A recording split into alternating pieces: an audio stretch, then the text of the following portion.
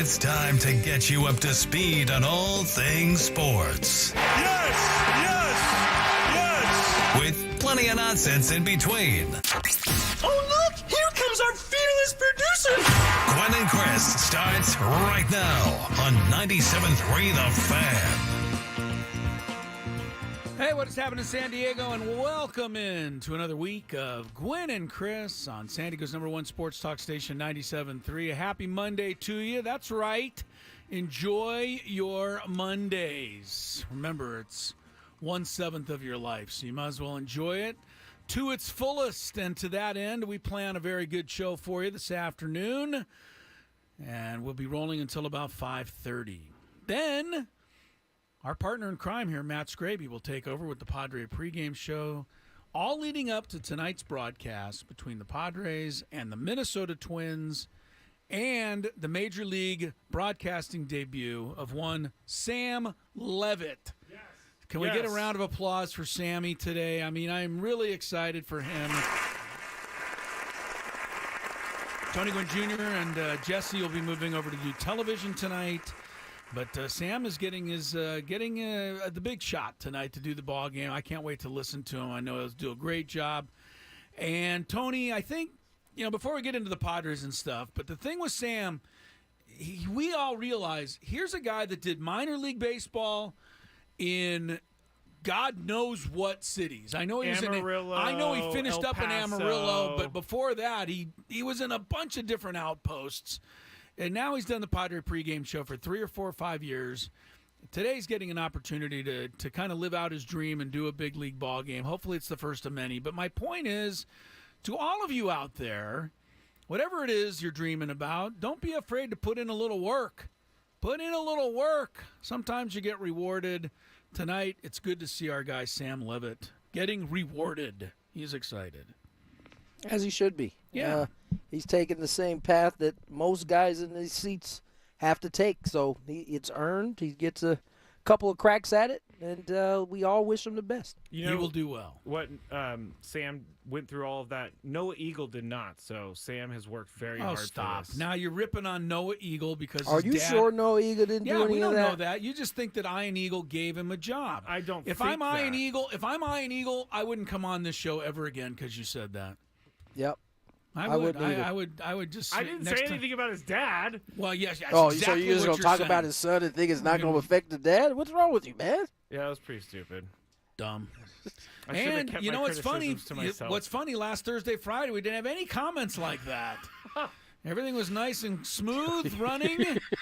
But You're right. We didn't have any yes, comments like that. He is back after a few days off, and obviously, before we make too much more fun of you, we hope that you had an okay weekend. I know it was a difficult one. You went to your grandfather's funeral services up north, so Yeah. we do welcome you back. Thank you. I do want to get all of that in. And then you can Everything make went fun of okay. me. Yeah, we good on there? Like you doing all right? Oh yeah, I'm doing all right. I mean, it was one of those things where, well, first he actually passed away on May 14th, so we had a little bit of time to all kind of May 14th of this year? Yes. Oh, and good. We couldn't. I thought maybe you waited like a couple of years. No, I mean, no, if you no, waited, no. if you waited 6-7 months, why hurry? Yeah, I don't know. We had to find a date that worked for everyone who was able to fly in and all this stuff, so we did. Okay. My grandpa, there were some stories that came out of this weekend that I've never heard before, and it's just fun to actually get to celebrate him instead of being so sad. That's good. I've been to a funeral for my grandparents where it's like 4 or 5 days after their death, and it's just really sad. No one's up for joking, but we were all joking, having a good time. So yeah. Very Well, good. I'm glad that you're back. Glad that you're feeling well now that we've gotten out the way. Could you get on your job and put me on the chat like with everybody else? I'm just sitting in this backstage waiting room for you to allow me to join. Hey, guys, how's how everybody everybody doing? doing? Hey, hi Tony. There Looking he very is. sharp out there today. Very nice in your Tony Gwynn Sr. T-shirt. Looking I very like, the good thing part about working working TV is I can show up in a t-shirt t-shirt because I know I'm going to put a suit on at You're some gonna point. have So. a suit on. Com- Why is comfortable. Tony Gwynn Sr. hitting a beach ball on that T-shirt? Because that's what he Because that's sees, what it Chris. looked like Yeah. to him. See, Is that the idea? That's a That great- is That the is idea. the idea. That was the That's a idea. great That shirt. for him, it looked like a beach ball. All right, very good. No, I forgot to mute Tony once again. Adam's in the. Adam always helps us because I forget Oh, to mute well, you. you know what? Adam could have used your help quite a bit there, buddy, I must say. In the muting department. Oh, my gosh. Hot mics almost every show for long periods of time. And thankfully, I was on my best behavior. You usually are. It's me that gets crazy. Yeah, no, Nobody said we anything definitely that were we- getting the chat was our helpline. They were the ones letting us know hot mic, like all through the chat. I was getting texts from my wife. Her Oh, friends my were texting goodness. her. Really? Oh, yeah. We had hot mics going for 10 minutes, I think, one time. Oh, It was my like the whole goodness. break at one point. This fills me with anxiety, even though it's in the past. Yeah. It's just like, That's ugh. what you missed. It's like the time that we couldn't get the feed to close when we were out at Spiro's that one time, and someone heard me just yelling out to the engineers, "Yes, I've already tried restart. Yes, I've already done this." Yeah, Scraby gets ornery when stuff like that. When the pressure builds and his anxiety builds, Yes. you don't want to be on the other end of one of those phone calls. The No, first you thing I don't. do is restart the computer because I know you're going to tell me to restart the computer. Yeah, well, you tried that on Wednesday night. How'd that work for you? Isn't this great? Oh, Mr. Adam actually Oh, sent isn't me this a clip. great? I forgot about that. Yeah, we're gonna Yes. need that button like right next to you Yeah, you all better the keep time. that one handy. All right, I got to pull this up real. Yeah, okay. I forgot. That wasn't as frustrating though because during the Scraby show, I feel like people are listening to have fun, and everybody seemed to be having a good time with my play-by-play of Control-Alt-Delete, and okay, this isn't working, and then me texting Adam on the air. So yeah. Chris and I definitely could feel your skin crawling as it was happening in real time. Like as we were watching it, as Adam was replaying it for us and we were watching, I was uncomfortable for you at that point. There was a certain amount of, oh God, what do I do? Yeah. What do I do? And then I realized, Adam said this to me on the phone after, which is so true. I had everything planned to talk about for 15 minutes, and I needed to go to break, and it's like I had nothing else I could have said. I could have just kept talking about what I was talking about. For those, by the way, that don't, we should recap a little what happened to you. Good point. You went to a commercial break on Wednesday night when you were in here alone doing the Scraby Chronicles. So there's nobody else in here. You're running the board and doing the show. Yeah. And when you went to push the button to play all the commercials, the board just gave out. Yes. And Just so basically you were like still on the air with no commercials, Nothing. and no way to play one. Nothing. And you were looking into the camera like, I am clueless. I have no way. And then you uttered those famous words, "Oh, isn't this great?" Everybody, I think I said. Everybody, yeah. Isn't this great? Yeah. I have to pull this up real quick. So, But we yeah, have that was actually a fun thing. Yeah, if you but- missed it, you can go to my Instagram because it's on there at Matt Scraby. Yeah, that was quite a moment for you. But anyway, we've all survived everything. Even Just great, It's just great, everybody. There you go. Keep that handy. Keep that handy. We all survived that. We all even somehow survived. We're all here today smiling. The sun is shining after losing 2 of 3 to the Rockies. And the Padres, of course, Tony, have their streak of winning 8 consecutive series ended by who else? The Colorado Rockies. They have just been a thorn in our side all year, and they were this weekend. I did the pre and the post on Friday night. I thought the Rockies played a pretty good game. They made some great catches, some big defensive plays. They pitched like they never pitch yesterday. So, I mean, I don't know that the Padres have to be, too upset about it. It was bound to end at some point, but I guess I'm not surprised that the Rockies were the ones to end it. Listen, I don't think anybody should be surprised. I mean, we said the moment you and I talked first game of that series that you can't predict anything. It's been nice the way the Padres have played and all that, but for whatever reason, when you walk into that building, it's all bets are off. Like you can't predict how that series is going to go, especially if you have a Padre uniform on, because the Rockies play some of their best baseball when they see the brown and gold show up to their building. They did. They pitch. it wasn't just that the starters pitched good. The bullpen, which has been one of the worst in baseball. It is the worst in baseball. Make no mistake about it. They're like a run worse ERA than every other team. They pitched like they were a bona fide back end bullpen. All of a sudden, Tyler Kinley looked like Mariano Rivera in the 8th inning, and Victor Vodnik looked like Trevor coming into Hell's Bells in the 9th. What the hell was going on? Facts. Yeah, Facts. so. It was and listen, I mean, the Padres for the most part, I thought offensively had opportunities. Yesterday they only had 4, so that might have been one of the only ones they did. In the two previous games they had a ton of opportunities. They went 0 for 8 the first game. And 4 double plays in that first game. 4 double Tony, plays. yeah. They bounced back the second game. They go 4 of 12, had some big hits. And then, as often the that what is the phrase they used when it's 1-1 and you need to win the last game in order to win the rubber game. The rubber game. There yes. you go. And oftentimes in those rubber games, especially on getaway days, they tend to be tighter games, at least it seems like. And the Padres made the one mistake. Peralta unable to handle that ground ball. The runner ends up advancing to third, ends up scoring on the next play. That ended up being the difference in the game. And, it's just it's one of those things. Whatever reason, the Rockies had the Padres' number. Yeah, they went 8-5 against the Padres this year, which is just ridiculous when you consider that they're 7-23 against the rest of the NL West. But it is what it is. It's been a season full of a lot of surprising things. We've run them down, practically on a daily basis, from Profar to Higashioka to Jackson Merrill to everything else that is Waldron.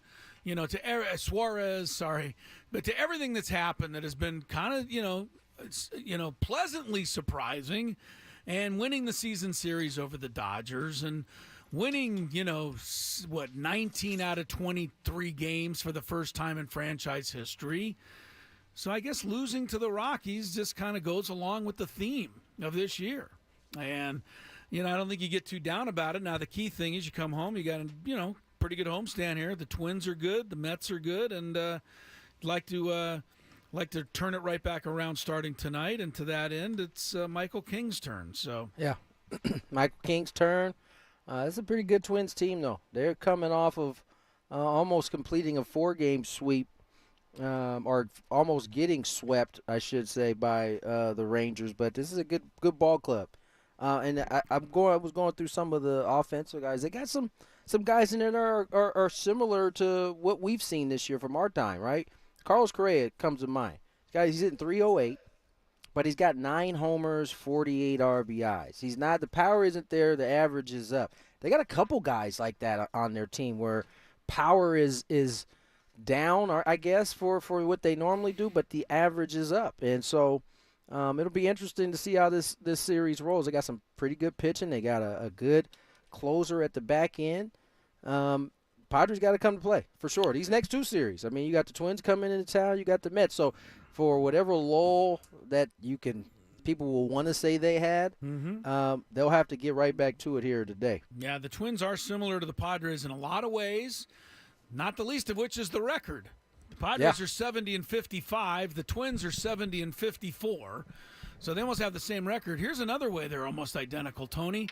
The Padres and the Twins both have 7 different players in double figures in home runs. And you look at the Twins, there's a bunch of guys that the average baseball fan doesn't know about. But Trevor Larnach, 12 home runs. Give me Ryan Jeffers, 19. Willie Castro, 10. Royce Lewis. We've heard a little about him because of the Grand Slams, but 15. They're a lot like the Padres. They can spread it all up and down the lineup with that. Royce Lewis is a stud, too. Yeah, he is. Yeah, First-round pick out of number 1 pick from 2017 draft. This dude can play. He hasn't been healthy he's been hurt a little bit in his start at the big league level, but he came on the scene in that playoffs last year when he was going, hey, all right, just before the playoffs.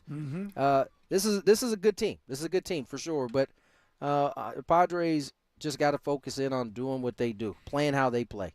Yeah, we'll try to get off to a good start tonight. As said, Michael King will start it. Sammy Levitt will call it, but it's all coming up a little bit later on this Monday afternoon. We will talk some Twins. Phil Miller from the Minneapolis Star-Tribune will join us. We'll get the latest on this week's opponent. We also have some fun stuff today for you, including a fair or foul segment that in itself might land in foul territory. So stick around for that coming up a little bit later on. Our regular features, the Daily Gambit, the Big Five, Chris versus the Fans. It's all coming your way with Chris Ello, Tony Gwynn Jr., and Matt Scraby. Gwynn and Chris, San Diego's #1 sports talk station, 97.3 The Fan.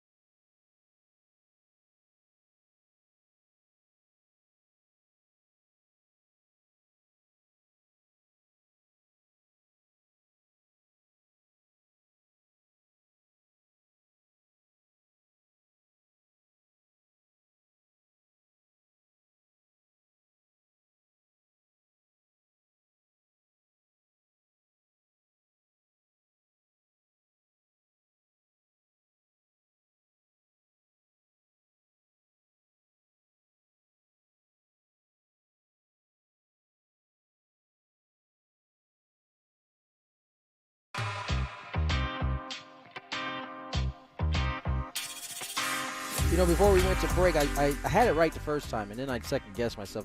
Twins are coming off taking 3 of 4 from the Rangers, not the other way around. So, as I said, Padres with their hands full. Welcome back to Gwynn and Chris, Tony Gwynn Jr., Chris Ello, Matthew Scraby. Had to think for a second because, I had been plugging Adam's name in there past week. Oh, man, we've had fill-ins galore for Scraby here. I mean, are you about done traveling now, or do you got another, another couple of trips planned for September? Scrape, I'm certainly happy that you finally started using some of your off days. We couldn't get you out of this place to save our life. Even when you were we sick, used to beg for you to leave. Yeah. You were sick, coughing on us sometimes. You just kept coming on in. Gave me COVID one time. I didn't know I had COVID. I wasn't even feeling the symptoms yet.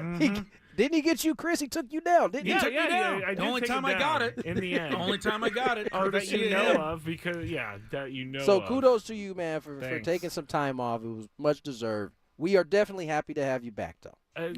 Thank you. I'm happy to be back. I have so many I feel like my days. job security is much higher with you on the ones and twos than Adam Klug. So. Well, apparently so, since Adam was trying to get you fired by leaving your mic hot. Well, hey, I'm going to give Adam this. For the most part, Tony turns his mic on and off, so I don't know. No, I don't. I don't. That's the thing. Do I just do it and not you even do think it? about it? I was telling Adam when I was telling him it was all good. I usually go to turn my mic off, and by the time I go to turn it off, when we're done, you've already turned it off most times. I don't even think you know you're doing it. It's just habit. So I've gotten into the habit of not really reaching my hand over there anymore. And then it almost came back to get your boy last week, man. It was scary at times. All right, Padres. That is scary. Twins injury update. Now I'm pretty sure Carlos Correa and Byron Buxton are both IL'd right now, which is probably a good thing for the Padres. We don't have any word as of yet on Ha-Seong Kim. Left yesterday's game after jamming his shoulder. And, typically, if I'm being honest, typically when Ha-Seong gets hit up a little bit, I kind of don't pay much attention because usually he's down on the ground for a little bit and he's back in the game. But this particular case, once I started seeing him sprint towards the dugout, I was like, oh, man, that's not a good thing right there. So it was not a good sign, honestly. We don't have any word yet on what his health is like and how if he is going to miss time, what does that then look like for the Padre infield?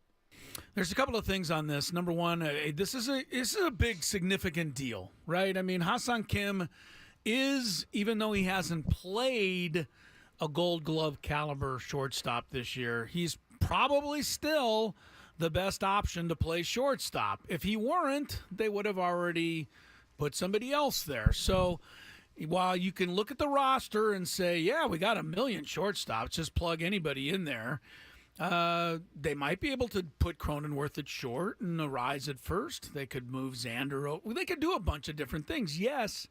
But is the infield defense going to still be as good as it is with Ha-Seong Kim out there? And I think the answer to that is probably no. So that is why I think it's a significant development. So let's just wait and see.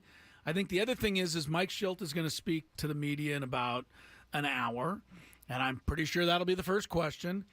And I'm also pretty sure that I'm taking a guess, and I'm not meaning to poke fun at Mike Schilt, but I'm pretty sure he'll be pretty vague in the answer. Because the Padres are always kind of vague in these injury answers, I must say. So I don't expect to find out the exact he'll be out 11 days. I don't think we're going to get that. I just don't think we're going to get that. The ring? 7 days. I think we're just going to be wondering a little bit after this, but I think he's going to be missing some time. It just looked that way, Tony. It really did. I hate to say. I hope I'm wrong. So. Yeah, I'm not a doctor, so I'm not going to guess. I think, the fact that he came out certainly is something he doesn't normally do. He normally stays in the game and, finishes it out. So the fact that he did come out may say that it might be something he has to miss time. My guess is we'll get a good answer from Mike Schilt today in terms of what happened. If he has to miss time, we'll find out. Because They certainly will maybe give him a day to see if he's not in the lineup. They'll certainly give him a day to see if it can improve a little bit. But if not, you can go on the IL and you can get somebody up in his spot. But I get the sense that I have the feeling that he's not going to miss a lot of time, and he may not miss a game. So we'll find out. I hope you're right. That could be why the lineup is not out at this point, because they're going to wait to see how he feels coming in today. So we'll certainly see. Joe Musgrove made his second start of the season yesterday, or not of the season, since he's returned from the IL. Threw the ball pretty good. Looked like he got a little fatigued there at the end, started losing command, and I think that's when Schulte decided to make the move. But, another day, another game in which velocity was up, spin was really good. He's still cleaning up, I'm sure, some of the command things that he liked, but all in all, I think another good performance from Joe Musgrove. Thumbs up from Joe. And I know he wants to go deeper into the game, but it's not quite ready yet. So, these are good things. I mean, get Musgrove in this rotation on a consistent basis can only be good news for the Padres. And if you look at the bigger picture of the weekend, I think that's part of the bigger picture. So, I mean, I'm happy with that. I'm a little concerned, about Short, but like you said, if Ha-Seong even has to miss 10 days or a week, I think they're okay. But I think if they got to go quite a ways without Ha-Seong Kim, I think it's going to overall affect the quality of their defense in the infield, and I think that is a big deal. The infield defense is a big deal. How much do you think it affects the defense, though? I mean, how much? Like, are we talking about you're going to give up a run a game now? What are we talking about? Yeah, 2 runs an inning, Tony. Let's see what Ha-Seong Kim's WAR is. Yeah, his WAR is pretty big. I don't know. I think it's 2-something this year. 2-something. Yeah, I just don't think that. I don't think they have a shortstop that can cover as much ground side to side as him. 2.9 WAR. So, I do think that there will be. It will be. I think there'll be some balls that he normally gets to that Cronenworth or whoever plays shortstop, Tyler Wade, whatever they're going to do, is not going to get to. So, I do think there'll be, not a big noticeable difference, Tony, but over time, I think those little things can add up a little. So I worry. That's just my lot in life. Yeah, I don't know. I don't know if I worry about this. I mean, I certainly think we're a better defensive team with Kim in, but I don't know that his defense this year has been on the same level as it was last year, which really set him apart from everywhere. I think the Padres are good. I think they're in a position to be able to absorb this. If it's for 10, they can handle 10. If it's for 20, they can handle 20. But, it would feel different if Ha-Seong's offense was at the level that it was last year and his defense was at. Then, you're talking about missing a big piece. I think the guys, what this team has shown this year is that when a big piece goes down, a Bogarts, a Machado at like 50%, whoever it may be, a Toddy, they got guys that fill in and hold the fort down, and they've lost some bigger pieces, I think, at times this year, including the pitching staff that, for all year they've been able, somebody has stepped up. And I would expect, because this is what I consider a good team, good teams find ways to fill those gaps. So certainly you don't want to miss a guy like him. He's a vital part of this team. I don't think that's in question. But this team, unlike I think any team that we've seen in the 4-year run of being competitive, this team can absorb it better than any other team that this Padre organization has had in that last 4 years. There's no question the acquisition of Arise at the beginning, which gave them, an extra piece in the infield is a huge thing here. And for sure. And the fact that Solano has been so good that you've almost been looking for a way to get his bat in the lineup. Well, this would obviously open great time, up, right? Yeah, this was going to open up a spot for him in the lineup. So you're absolutely right, Tony. They are well equipped to deal with this. But I don't think any of us want to see them go, too far forward at less than full strength, because we want the best version of this team, to head into September. And, let's just see what we hear on Ha-Seong. When we hear, we'll let everybody know. Well, what we can tell you is that he is not in the lineup tonight. Okay, we're going to get to break. Should we get the lineup now, or should we give it after we come back? Oh, You want to give it Scraby can't wait another minute. I really can't, actually. Scraby can't wait another minute. Go ahead, Mr. All Gwynn. is the same except for Peralta. And so you got your first 6, all the same. Arise, Profar, Cronenworth, Machado, Bogarts, Merrill. Peralta, that's pretty much the same. And here's where the rub is. Higashioka hitting 8th. Tyler Wade hitting 9th, playing short. So that will be the first lineup thrown out there today for the Twins. As I said, you don't have a Correa, you don't have a Buxton, Castro, Larnach, Lewis, Wallner, Santana, Kepler, Julian, Vasquez, Martin. Sounded like a law firm to me, the Twins one. I didn't really recognize Vasquez and Martin. Face Chris Paddock. I didn't look up the. Yeah, I didn't recognize too many of those twin names, honestly. I think the sheriff might be on the IL too. Shocker. Oh, that's not very You're nice. so mean. You are just so mean. It's not You're always very looking nice for an there, Scrape. opportunity to ding these guys. No, I'm your a face, sheriff your fan. face said it. Your face said it all too. For those who were watching the YouTube feed, shocker. That's what you. you just did. My face. That's hilarious. Let's go to break. When we return, Minnesota Star Tribune gets us a little more acquainted with this Minnesota Twins roster. More Gwynn and Chris on the other side. Ben and Woods on the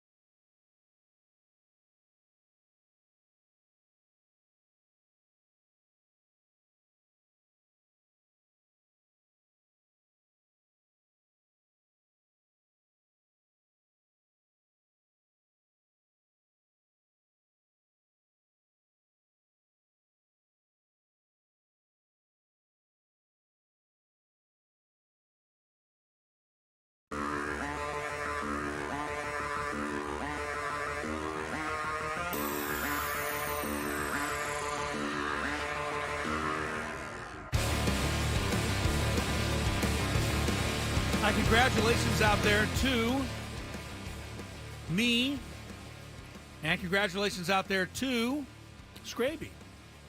Why, you ask? Both of us qualified for our Fantasy Baseball League playoffs, which start today. Scraby took the number 3 seed in the first round. I took the number 4 seed. You finished one game ahead of me. I did. In the standings. We were supposed to, as of last week, be the 4-5, and which we would have matched up in the first round, Tony. And that would have created some havoc around here.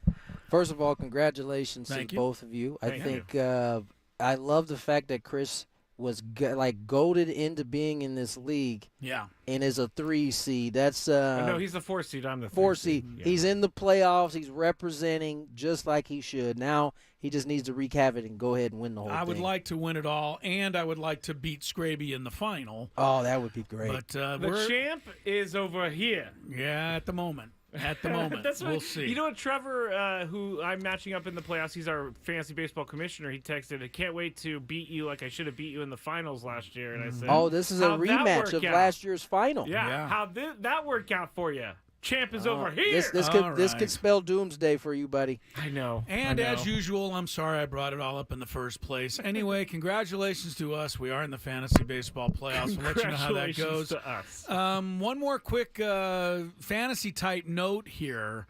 Scraby once again has got everybody, or a chance for everybody to sign up to play in our NFL Survivor Pick'em League. I was out after week 1, I think, last week. Year. I think you were after week 1, Tony. There's no gambling involved here. You just go on, you sign in, and you get a chance to play the Survivor, and stay alive as long as you can. I don't know what we had last year. There was a limit on how many people could get in, but this year, according to Scraby, no limit. No. We can just have everybody out there listening. You want to be part of our Survivor League, have some fun. You can do it, but tell them where they got to go. Yes, I'm going to post. If you go to 97.3 The Fan SD, you can see it. Also, I'm going to post on Twitter right now for the actual link to it.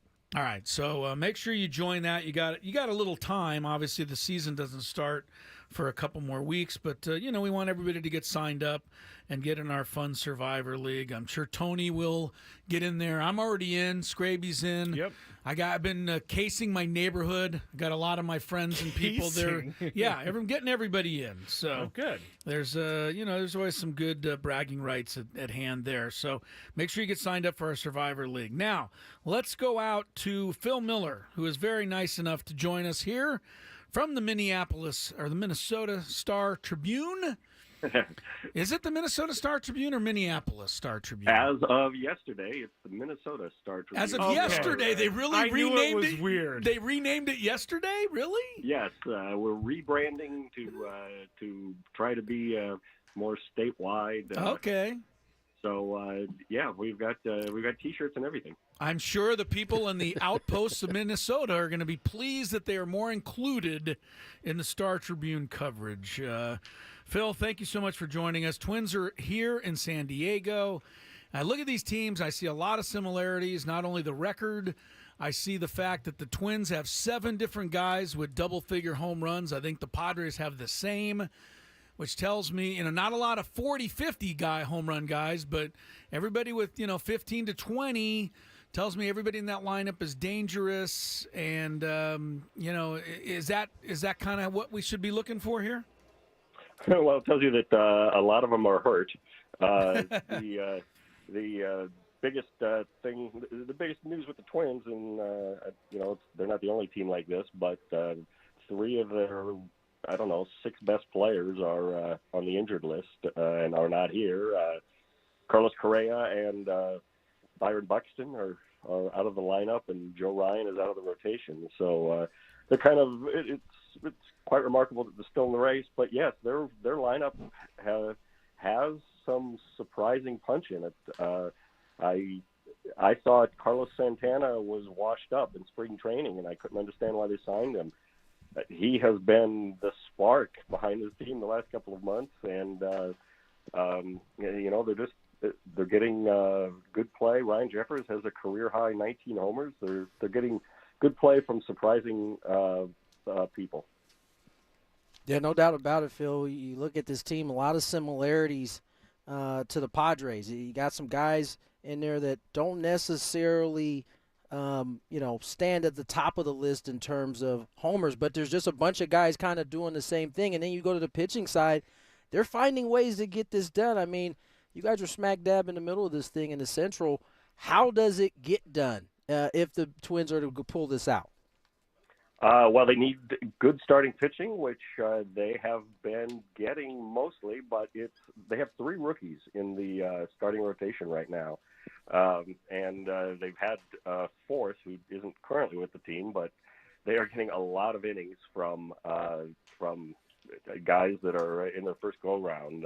You'll see Zebby Matthews tonight making his second big league start. I mean, that's kind of where they are, but it has worked. They are getting good pitching. If they're going to win, it starts there because the back of the bullpen is pretty good. If they can, it was unusual for them to blow that lead yesterday. If they can get it to the final 3 innings with the lead, they do pretty well. You know, Rocco Baldelli, I think, is one of the better managers in baseball and has been for a while. Talk about, why and how he has been successful over the last several years, having the Twins, a, quote, smaller market team, in the running on a consistent basis. Yeah, he is very, very much a player's manager, much more so than I've ever experienced it, even though their last 2 managers, which I covered, were both players as well. But he's very he has the players in mind all the time. They're making things as easy as possible for them. He's also very much a follow the numbers guy. He's out of the Rays system, learned how to manage basically with the Rays. So he follows numerical evidence quite a bit. You'll see they pinch hit a lot because he's always looking for an edge. I tell you, I don't know how they are 2 games out right now, but he has done a good job of piecing it together day by day. I continue to go through these numbers, and the similarities are right there. I mean, both teams don't strike out a ton. They both seem to value contact. I want to talk a little bit about Royce Lewis. He's the stud, the young stud that you guys have, finally healthy a little bit. I mean, how much does he bring to the table offensively for this Twins ball club? He's crazy good, and like all the good Twins, hurt a lot. Yes, he's missed 2.5 months, 3 months this season so far. But he is probably the most important player in their lineup. He's got 15 home runs, and he's played. I don't think he's at 50 games yet. So he is. Yeah, he's a spectacular hitter. He was the overall number 1 pick. 7 years ago now, I guess. And he looks like it. He's a superstar in the making, but. He's twice injured himself this season running the bases, just pulling up with quad strains, and keeps missing time. With Buxton and Correa out, a lot of the load is falling on him and on, like I said, Carlos Santana to kind of carry them. Phil Miller from the Minnesota Star-Tribune, our guest here. Twins in town, taking on the Padres. 3-game series. Phil, some trades wind up to be bigger deals than others. Here's one that hasn't turned into a whole lot. April of 2022, the Twins got Emilio Pagan and Chris Paddock from the Padres. The Padres got Taylor Rogers, Brent Rooker, and some cash. None of those players are left with the current teams we're talking about except for Chris Paddock, and he's hurt. He hasn't pitched since July 14th. But I must tell you, he was one of our favorites here when he was in town. He was almost kind of a little bit of a legend status with his sheriff repertoire, etc. How have things gone, other than injury-prone, for Paddock in Minnesota? Well, Cowboy Chris has that same profile in Minnesota. I love the boots, I love the hats, and he's the only player I think I can recall who wears the stirrups on his socks. Pitches with them visible. He's very much a unique character. I feel bad for him. He's had 2 Tommy John surgeries. He came back last year right at the end of the season and pitched some in September and some in the playoffs, and really had them optimistic. He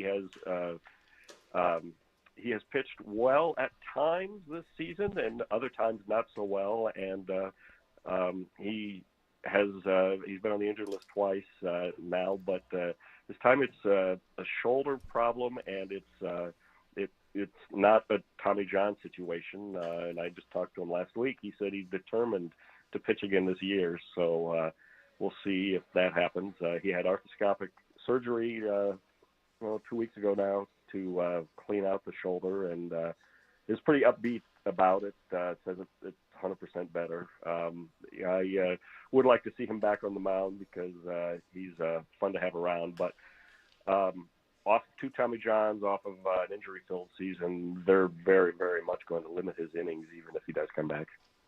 Phil Miller joins us, Minnesota Star-Tribune. And, Phil, last one for me. I mean, the top half of this division has been a bit of a surprise. I mean, really, between the Guardians, the Twins, and the Royals, it's been a pretty top-heavy division. I mean, was that expected going into the year that the teams would be playing this well at the top? I don't know that people took the Royals very seriously. They added a lot of veterans in the off season, but no. Yeah, two from the Padres. Yeah, exactly. And I don't think that I don't think they were taken very seriously. But that shows you what Bobby Witt has done for them. They're a different team now. They're a confident team. The Twins just had them and beat them 2 out of 3, but they were kind of a handful. The Guardians, the Guardians and Twins have been at the top of the division for a few years now. I think the Twins came out of spring training pretty confident that they were the better team and would probably win the division, but that, of course, counted on health, and they have not had that much of it. I would say that the Guardians are an interesting team because they don't hit as many home runs, as most teams, but they still string together enough of an offense in other ways that they're kind of a pesky team. They're like a team of Louis Rises. Sometimes it feels like. So the Twins could have been a game back today, but they blew a lead yesterday in Texas, and it's still a very confident clubhouse. I'll say that. They're even with all the injuries, they feel like they're the better team. Well, we'll see how it all turns out. Twins are right there in the AL Central. Padres have worked their way back into the NL West. Said the records are the same. The similarities in these teams does not end. One thing that finally ended for you guys, Phil, was an 18-game playoff losing streak. Finally, last October, the Twins beat the Blue Jays and then beat them again to win that first-round series.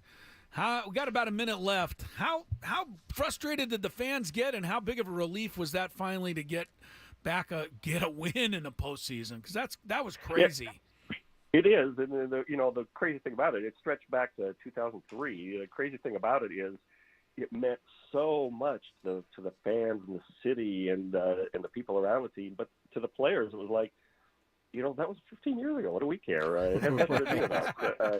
But in 2017 and in 2020, they were saying the same thing, and then they got swept. And mostly, you could just see how tired they were of talking about it. And so the relief to the players is it's just not a topic anymore. I think it does give the fans more confidence if they get there. The one thing is they have a crazy bad record against the Yankees. The Yankees were like 12 games of that streak. So they still have a thing about playing the Yankees. They lost all 6 games to them this year. And that's who they'd match up with if the playoffs started today. But they don't. Yep. There's still a long way to go, and it's good to have them in town. Good to have you in town, Phil. Thanks so much for your help Phil. today. Good stuff, and we'll see you out at the ballpark. Appreciate it, guys. Wait till I tell them we called it the Minnesota Star Tribune. They're going to be so happy. Yeah, that's right, and we'll keep calling it that for you. Thanks. All right, buddy. Phil Miller right there, Minnesota Star Tribune. And some good stuff on the Twins. And they really, it's crazy. The Padres right now do have the number 1 wild card spot. Twins have the number 2 wild card spot. They both have the same amount of wins. You look at like you said, Tony, they both make contact, have a bunch of home run hitters, but nobody with like 50. So it's going to be, I think, an interesting series that starts tonight out there at Petco Park. We'll take a break, come back, more Gwynn and Chris on the way. Hour number 2 includes Daily Gambit and Fair or Foul, which I believe you'll find you'll agree landed most decidedly foul. You're not going to find a sharper broadcaster in all of baseball than the great Jesse Agler. We've got him every week. At home or on the road, tune in to catch the voice of the Padres every Tuesday morning with Bennett Woods on San Diego's number 1 sports station, 97.3 The Fan. Hey guys, it's Woodsy. Pain from arthritis is just awful. Bone on bone, constant pain. It robs you of so much of the stuff that you love to do. There are effective ways to deal with that pain. I'm not talking about drugs or surgery. Guys, there are exciting new cellular therapies that can get you long-lasting relief. The place to go, QC Kinetics. QC Kinetics uses cutting-edge treatments that accelerate your own body's healing properties, revitalizing your joints so you can move again. I've used them on my knees and my wrists. So if you're living with chronic pain from arthritis or injury, you need to know steroids and surgery and pain pills are no longer your only option. Learn how QC can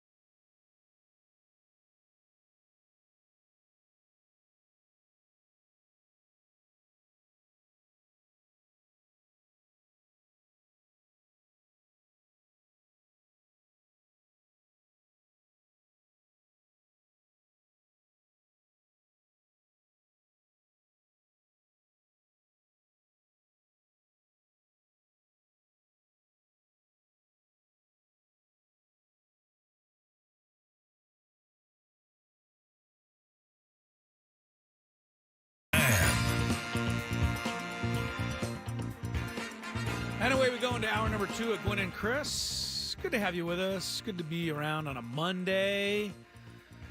You know, back at it here, back home. Padres, yeah, they did. They lost it. They lost the series to the Rockies. It's been that kind of a crazy season. So many unexpected things have happened for the Padres that have been a thumbs up. I mean, the list is almost endless when you think of things that have surprisingly happened good for the Padres. They've taken the season series from the Dodgers, for one.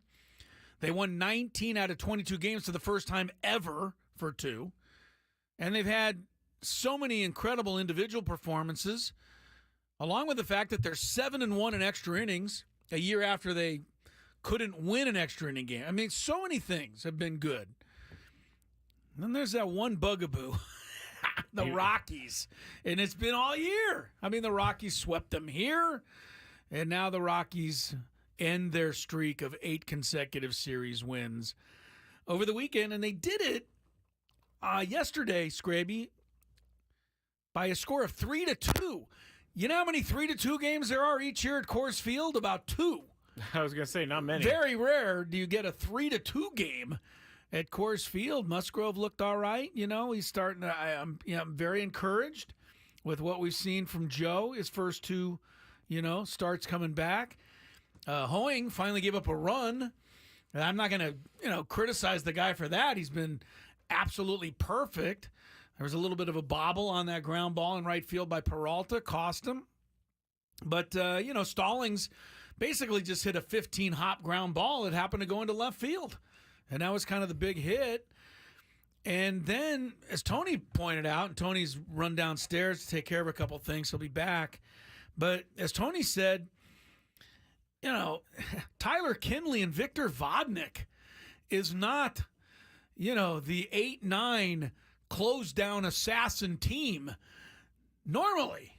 But yesterday, the Padres could barely touch him, man. He hit the home run off Kinley, but otherwise, Padres, rolled right over and ball game. So it happens. Rockies take the series, give them, credit. They'll probably go and lose their next 20 games. But you know what was so annoying about everything of this series and the matchup the entire season basically was they always say, oh, well, the Rockies just returned home after losing 8 of 9 on the road. I'm like, how? I know. How do they lose like every they're game? a good team against the Padres. They have some pretty good players. Tovar's a really good shortstop. Doyle's good. I mean, he climbed the wall out there on Friday night, made a big play, and Rogers is a Gold Glove winner. Yeah. Tolia, the first baseman's young, but has 20 home runs. We know the McMahon is a dangerous guy. I don't know why they never win a game, but usually it's because their pitching is so unbelievably bad. But it just wasn't that way against the Padres. You know what makes me nervous for tonight? Is the Padres are facing a pitcher making his second ever rookie start. Yeah. And that usually doesn't go well. You know what? I hate to agree with you in general, but I'm going to agree with you. Padres don't seem to figure out young guys they've never seen before. You want an example? The guy who pitched yesterday for the Rockies. He was only making his second or third start. There you go. And they barely touched him. Blaylock. Yes, Blaylock, that's it. I mean, let's be honest. Whoever Blaylock is, he wasn't good enough to make the Rockies, 2 months ago. If you weren't good enough to make the Rockies, what does that say about where you were at? They bring him up, and the kid pitched okay yesterday, and now it's Zebby Matthews tonight. Yes. Second career start. I'm seeing on the chat that some people are saying maybe it's the Padres' attitude. I have a hard time believing that the Padres are getting surprised by the Rockies. Like an arrogant attitude? Maybe just like, okay, we don't have to give 100%. Oh, I don't think that's I don't think ridiculous. That's it either because they keep getting beat by the Rockies. They know that the Rockies are good enough to beat them. Yeah, pretty sure the Padres are pretty tired of losing to the Rockies. Yeah. I'm pretty sure they are. I understand the thought of maybe there is some relaxation, but I don't think that's a You might have thing. been able to say that when they lost earlier in the year, but you couldn't have said that this weekend. No, they've been so playing, hot. Yes, they've been playing tremendous ball. There's no way they wanted that streak of series to end against the worst team in the National League. Yeah, they were about to set a franchise record. Yeah, they didn't want that to happen. The Rockies beat them, and that's just so annoying. So, yeah. Rockies return home after losing 153 of the last 154. And the Rockies go out on the road where they'll lose 153 of their next 154. But they won over the weekend. Yeah, you're right. Bradley Blaylock yesterday, Zebby Matthews today. And you know what? If I was the Padres and their fans, I'd almost rather face Greg Maddux and Bob Gibson. Because at least they seems like we know those guys and we're able to do something with them. You know, I'm doing a pregame today, so everybody stay tuned for 5:40 p.m. for that. And Sam gave me the Zebby's real name, so I will reveal Zebby's real name. Zebby has a real name. Zebby is not his actual first name. All right. Which these days I have no idea. So everybody's going to need to know his full first name. Yes. For booing purposes out at the yard tonight. Yeah. For booing purposes only. Like I said, Tony's off. Everybody's trying to find out, what the story is with Ha-Seong Kim right now. So, as soon as Mike Schilt says it, Tony will let us know, or somebody will we'll let you know. Mike Schilt is supposed to meet with the media at 3:30 today. So it's like 20 minutes from now. We'll all, kind of hold our breath a little. Kim is not in the lineup tonight. Tyler Wade will be starting at shortstop tonight. But no official IL move has been made. No transaction has been made, as far as we know, from the Padres. So that's it. That's all we know about Ha-Seong Kim right now. He did leave the game yesterday, jammed his right shoulder, diving back into first base, and immediately felt enough pain to basically run off the field. Yeah. That's I didn't see this. I was on the plane during the. It's not a great sign. So he ran right to the clubhouse, and So it's his shoulder. I mean, I would assume that means a dislocated shoulder. Jammed is what I'm only going to go with because nobody said dislocated. Okay. So jammed. Okay. But I'm not. Doesn't mean it wasn't. Just means I don't know beyond the fact that they said. He's already dealing with a shoulder injury to begin with, I believe, right? Like he's been dealing with it this season. Tony is hoping and thinking it's not a big deal. He might miss a couple games. I'm thinking it might be a tad worse. So we'll see which, I'm not a doctor, but I play one on the radio. I was going to say. We'll just see. Do love sometimes when these guys on Twitter I know. Come on. Oh, well, when you see this angle, it's like you have zero idea of even any if symptoms. You are a doctor, you don't know. I know. You saw the injury. You don't know anything beyond that. You haven't seen any imaging. The only person I pay attention to in that world is Stefania Bell because she believe her for ESPN because she doesn't say, hey, this guy's going to be back then. She tells you everything that you need to know about the injury. Well, I'm glad you believe in Stefania Bell because you said this, and now I'm going to back it up. I'm going to piggyback on what you just said. What? Stefania Bell wrote on Twitter the other day that she is very concerned about Joe Burrow and his ability to bounce back from these wrist injuries. Does not expect Joe Burrow maybe to ever really be Joe Burrow again, at least not for a while. My goodness. So that is going to be a test of Stefania Bell's. That will be a test. See, Stefania doesn't she's never that drastic. So she was if pretty she drastic. Tweeted that out, she must really believe it. Well, we'll see if Joe Burrow, is that enough to scare you off of Joe Burrow if he's available in the 8th round of your fantasy draft? Because Stefania said so? Maybe, possibly. Really? Yeah. She's pretty good. She's pretty good. This hour is brought to you by Floor & Decor. Unbeatable prices, unmatched in-stock selection. Floor & Decor has more styles of laminate, vinyl, tile, wood, and stone for anyone looking for the right look at the right price. Your next beautiful space is at Floor & Decor. That's Floor & Decor. Unbeatable prices, unmatched in-stock selection. How do you like that, Scraby? I love it. Floor & Decor is easy to remember. My first read of that, and it was flawless. It's not a hard one. Flawless. It's not a hard read. It's not like the Carrie Underwood read. That's a little bit more advanced. If there's any bobble, you'll be there on the record button. So I can't take any chances with that. We can't do Daily Gambit now. We're going to have to do it next segment. But we will do it next segment. I do have a question from the chat. It's actually not a question. It's just a statement from someone saying, Wade playing over Donovan Solano is just idiotic. It isn't. Okay, it is. Well, here's the thing. It's not because Mike Schilt is going to play defense.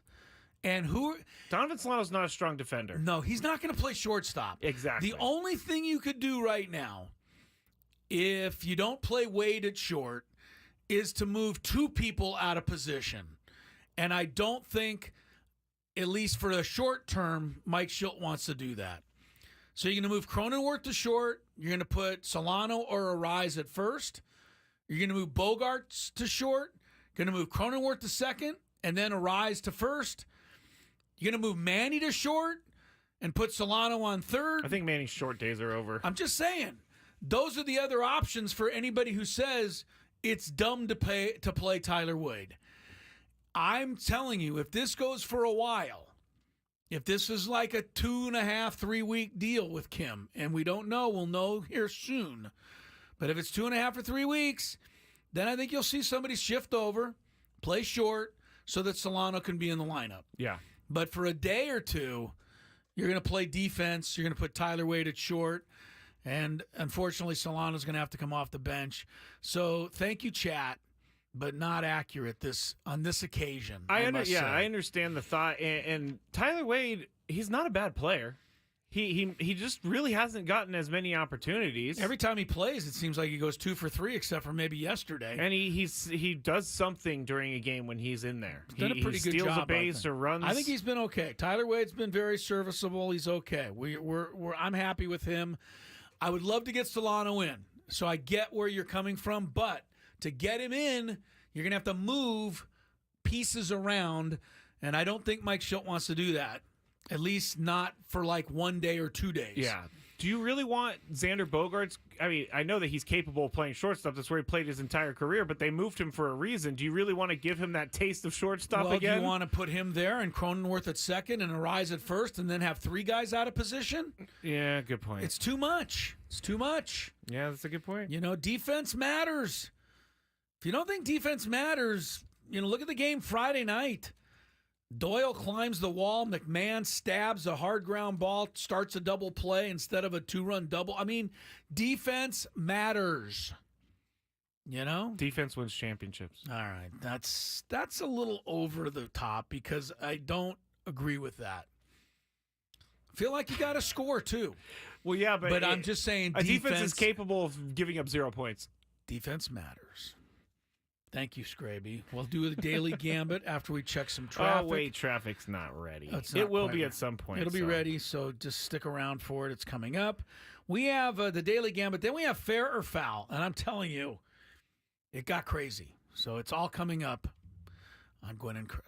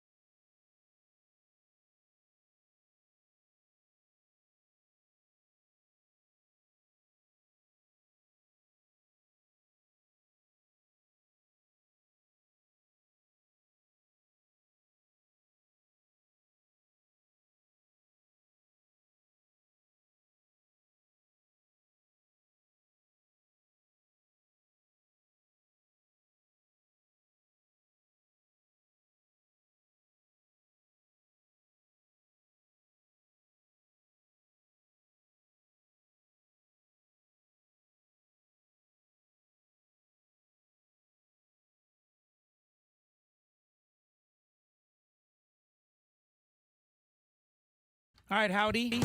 We're back. Howdy do. We'll have a little round of Chris versus the fans later, but right now. What about Cowboy Chris? Cowboy Chris. Chris So Paddock. he changed his name. Yeah, he's not the sheriff. He rebranded. Evidently, he's Cowboy Chris in Minnesota. He rebranded, which is probably a better spot for him. Either way, he's not healthy. No. So we won't see Chris Paddock this week. As the Twins have arrived to play the Padres. Tonight it'll be the rookie Zebby Matthews, second career start, Michael King. Tomorrow, Bailey Ober. Probably nobody knows anything about Bailey Ober. I'll tell you one thing about Bailey Ober. He's 6'9". Yeah. He is a tall guy, maybe the tallest pitcher in all of baseball. He'll pitch tomorrow night against Martin Perez. And then kind of the strange 3:40 start time on Wednesday for Simeon Woods Richardson, another rookie, Matt Waldron, to round out the series. Let's play some Daily Gambit right now, though, Scraby. Do you like money? I think about money a lot. Do you like money without doing anything? Winning. Do you want to make money while watching sports? I think Washington is immortal luck. Washington! Woohoo! If you answered yes, this is your segment. Just don't blame us when you lose. Nothing is ever your fault. It's your game. Take it. Gwynn and Chris go through the top bets of the day in The Daily Gambit on 97.3 The Fan. Daily Gambit's our daily sports betting segment here on Gwynn and Chris. Please gamble responsibly. Before we get into it, baseball coverage on 97.3 The Fan is presented, not prevented, presented. we won't allow it. Let me start this one over. Baseball coverage on 97.3 The Fan is presented by T-Mobile. Switch to T-Mobile and you can get tons of benefits and still save on every plan versus AT&T and Verizon. Use their savings calculator to find out how at T-Mobile.com/switch. I was not here, so you take it over, Chris. I got a few picks over the weekend. Friday night, over under Padres Rockies was 11.5 runs. I went under. Rockies won 7-3, so it did go under. Oh wow, yeah. Dodgers at Cardinals. Had to take the Cardinals plus a run and a half. What do you want me to do? Root for the Dodgers? I won that one. Even though the Dodgers won, it was 7-6, so the 1.5 runs paid off. Seattle at Pittsburgh Friday night. I took Seattle minus a run and a half. Why? Because Paul Skeens was pitching for Pittsburgh. I didn't want to root for him. Yeah, but I should have. Skeens and Pittsburgh won 5-3, so I lost that one. I think he gave up a first inning or second inning home run. He gave up an early home run, but otherwise pitched fine. He's 7-2 now, and it just is what it is. I'm not going to get riled up again. No. Also on Friday night, Caitlin Clark, 19.5 points against Diana Taurasi and Phoenix. This was kind of a delicious one because remember Taurasi was the one that said, "Oh yes, who does Caitlin Clark think she is? She's just a kid. She's going to be coming up here playing with all these stud players." Yep. Well, Caitlin Clark put 29 on her and went well over the under. And here's the thing: Diana Taurasi in Phoenix has not beaten Caitlin Clark yet this year. So Diana Taurasi's taken the short end of that, even though I think she was just trying to be honest. It maybe wasn't the best of times. I got to say, Caitlin Clark keeps getting better. Way better. Way better. You're right, Scraby. Of course, we had to do some preseason football. Oh, of course. Even though I think it's ridiculous. Adam was here, so we did Baltimore 1 over Atlanta. I took Atlanta for Adam. Okay. It didn't matter because Baltimore won by 1, so it was a push. Miami 4.5 over Washington. I couldn't understand why any team would be favored over any other team in a preseason game. So I took Washington plus the 4.5. Miami, though, won by 7. And San Francisco was 1 over New Orleans. I took New Orleans just so I could, stick it to you. But San Francisco won 16-10. You know what? At the airport yesterday, my mom goes, "Hey, 49ers are playing tonight. Aren't you excited?" Yeah, and I said, really. "No." And she was like, "What? Why aren't you excited?" I'm like, "I'm not even going to watch it." and I ended up watching it. You did? Yeah, I did. You're a fan. I am. I watched the Dolphins game the other night. Tua played the first series, 5 for 5, threw a touchdown on a fade. 4th down. They called the fade my favorite pattern in football. It's the worst pattern in football. But he hit it that time. All right. Which is kind of bad. Yeah. Because it means next time in the regular season, they'll call it again. Yep. And not it won't work. Exactly. Yeah. All right, what do we got for tonight? Oh, I don't it's know. Up to You're me. in charge of that. It's up to me. All right, what we got for tonight is a mess on my sheet. No, there we go. Brandon Fott, Arizona tonight, pitching at Miami. 6 innings over under, Scraby. Fott has pitched well. He's in his second year. He has.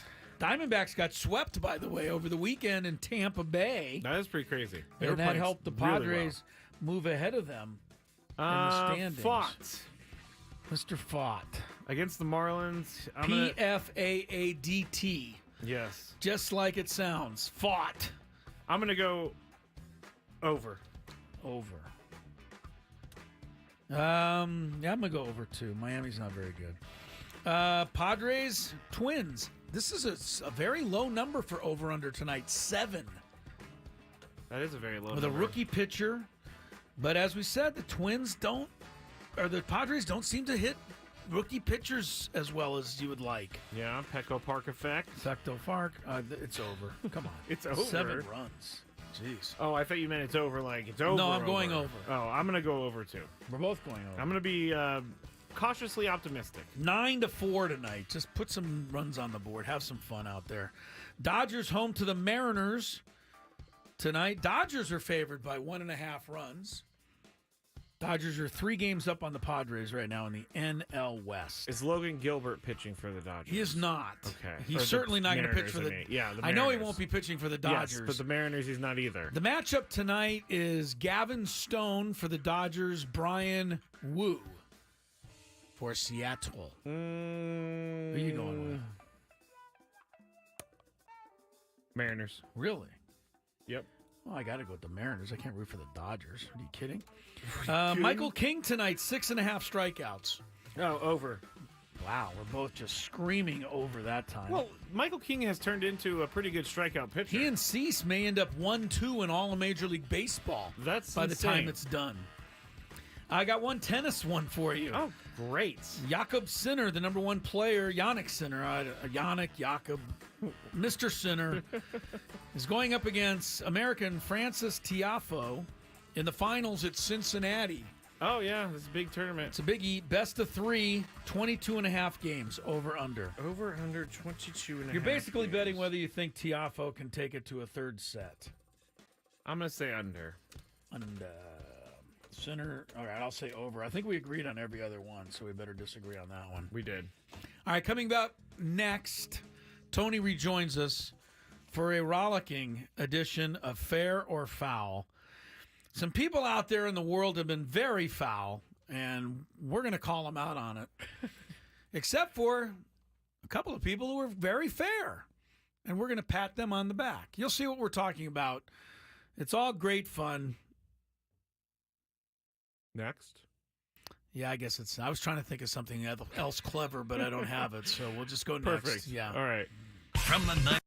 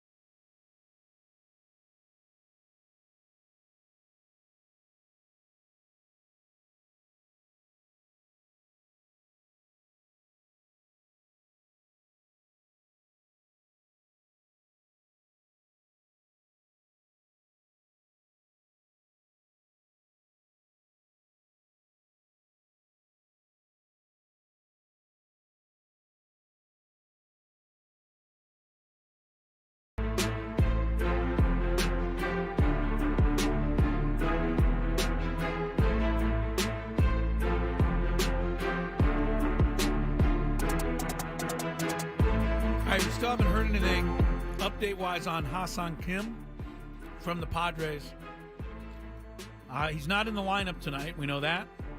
But we don't know anything else as far as, severity of injury, how long you might be out. As soon as we know, we'll let you know. I usually look for... Scrappy, you're usually right on this stuff. So. Well, I usually look for the Padres to put up a post that says, like, we've made some moves, but nothing yet. And that is good. That is a good sign that they haven't made a transaction.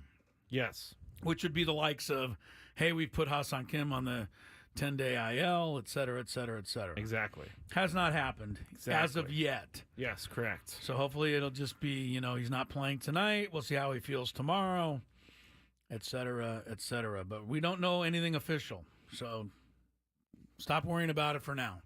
We're having a major debate on the chat today about what they should do at the infield. This is not a major debate. I mean, I don't know why they're... Well, what do they want to do?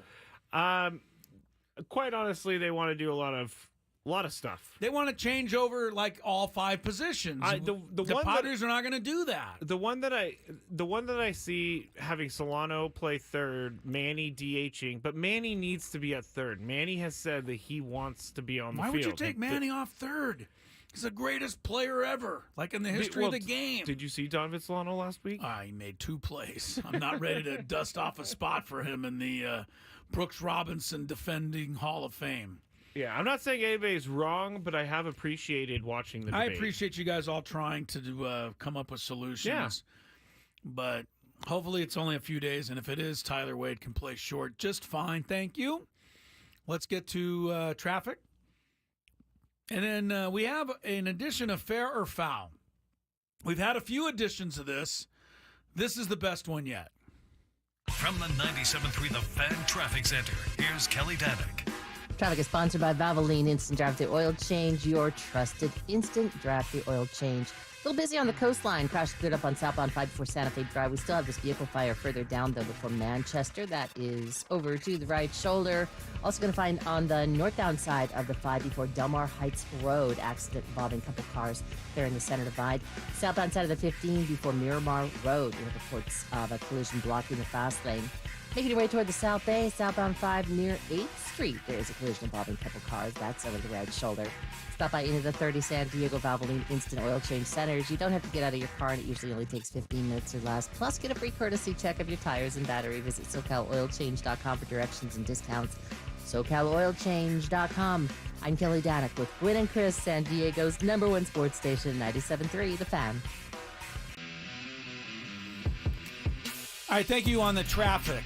Now, as we head into this next segment, I want to do something right now in honor of one of our best friends, Scraby, and Tony. And one of our best friends is our guy, Sam Levitt. Oh, yes. Tonight, he is the play-by-play voice of the San Diego Padres for baseball. He's calling his first ever major league game. Making his debut. After years being in the minor leagues. Yeah. It's a big moment. So for Sam, I offer this. There's a long fly ball deep down the right field line. Is it fair or foul? Scraby, take over with the fair or foul segment. Wow, Chris just did that off the top of his head, everybody. That was pretty good, Chris. You're welcome. Thank you for the intro. That's what you call freestyle right there. Yeah, that was freestyle. You were like B Rabbit right there. I'm just trying to do my best Sam Levitt impression. Do you know who B Rabbit is? What? Okay, moving on. So I kind of found some things from all over sports, and there's some Snoop Dogg trashing. There's also some Mets trashing, some Cubs trashing. But we're going to start with the Padres. I did see this over the weekend, and it's not like the craziest opinion, but they said this. I actually don't want the Padres to win the division. It sounds crazy, but there is something that brings me joy like nothing else. A Dodgers first-round bye in the postseason and a Dodgers first series exit in the postseason. Please don't win the division, Padres. We want to see the Dodgers fail yet again. Tony, fair or foul? Foul. I knew you by were a gonna large, go foul. it was a foul ball the moment it came off the bat. All right. I mean, we went over this last week, I think, while you were gone. I can't remember who our guest was, but it was suggested to him. Chris, you remember who our guest was last week? I don't. Rob Bradford. I don't. It might have been. Yeah, he did a great job, by the way. I think it Rob was. Bradford. I think it was. Yeah, I do like Rob Bradford. Yeah. He's good. I get it. I get the fake. That's not fake. I get the people uncomfortable with the buys and how the records of those teams with buys have happened. But this reason in particular is stupid because, the Padres want to win a division. Everybody wants to win their division. And just so you could laugh at the Dodgers having a first-round bye and then not winning does not guarantee the Padres getting as far as we want them to go. This kind of goes back to focusing on what your team is doing versus worrying about what the other teams are doing. Padres win a division, that's a big deal. Padres haven't won a division since 06. Yeah, that's a crazy amount of time. And it's basically been the Dodgers and Giants winning it with like a 1 or 2 Diamondbacks sprinkled in there. So the Padres want to get on the board there. Chris, fair or foul? Really? You're asking me? Yeah, because you think see that this get guy? on board You with think this. I could see this being fair? Yeah, I think you could. But when I wrote this, or not wrote this, but when I copy and pasted this over, I thought Chris could agree with this. Yeah, well, he's not. This is so stupid I can't even begin to tell you. I take everybody back to 1996. If I could turn back time. Thank you, Cher. That year, the Padres and Dodgers entered the final weekend of the season, both having clinched a playoff spot. The question was which team was going to win the division? Wait, what year is this? I'm sorry. 1996. Okay, all right. Both teams had already clinched. One was going to be the division champ. One was going to be the wild card. Everybody knows that one of the great memories in Padre history is Tony's uncle, Chris Gwynn, coming up with a big hit to help complete a sweep on Sunday afternoon and give the Padres the division championship, which they celebrated right there on Dodger Stadium's field. Yes. Ooh, that would be fun. It didn't matter who was the winner. The Padres wanted the division, and the excitement of dethroning the Dodgers was incredible. And it's going to be the same around here if we win the division this year. What happens in the playoffs beyond that is anybody's guess, but to tell me you don't want to win the division, you're not thinking clearly. They actually hang divisional banners. Yes, you know what I'm saying? You get a unique color for divisional. I don't know the wild card ones. I don't know if they hang the wild card banners unless you absolutely have to. I'll take my chances with a division title and a bye every single time. Yeah. Never mind the fact that the Dodgers can't do it. Banner schmammer.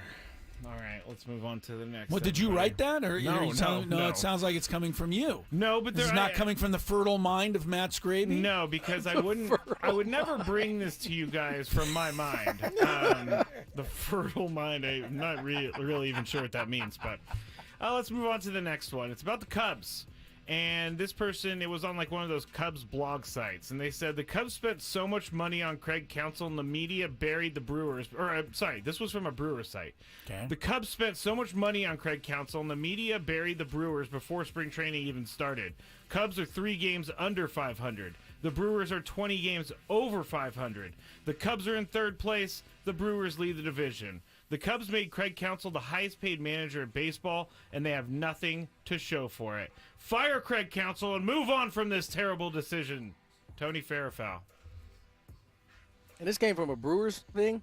I can't actually remember anymore. Jeez Louise. I'm gonna go look up the article, but go ahead. It kind of has an impact on what I'm about to say here. All right, hold on. Here's what I'll say. History. Cubs. Here's what I'll say. Sorry, Cubs. Came from a Cub. Yeah. Okay, that makes more sense. Yeah, I mean, listen, let's be 100% honest. Cubs didn't have that really good of a team. I mean, even when you brought back Bellinger, nobody was like, oh, yeah, the Cubs, they're just going to run away. It was kind of like, yeah, I can see the Cubs winning. Oh, but, I could also see the Cardinals bouncing back. The Brewers are always pretty good. It was never a deal where Craig Counsell was going to come in and all of a sudden just make that roster way, way better. Now, you can make the argument that they overpaid for him. I'm I'm sure that's probably had a big factor in why he left Milwaukee to go to Chicago, because they did overpay for him. In terms of the Brewers getting kicked or beat down or whatever, buried, it's just, they were upset that they had a manager that they never thought would leave to go to the crosstown rival, and they were wrong. So there's probably a little sour grapes there, but I'm sure they're feeling pretty good right now. The fact that they're leading the division. So I think firing Craig Counsell's stupid, because it was never going to happen in the first place in terms of them just mowing down this division. Yeah. Chris, it's a fair ball, but it may one of these days be caught at the top of the fence and brought back. And what I'm saying is, right now, Craig Counsell's season with the Cubs is an unmitigated disaster.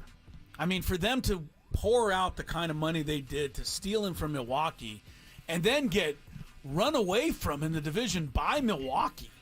Even though that they don't have a good team? Well, look, I mean, I think both teams are pretty similar on paper coming in. The Brewers lost a lot of players.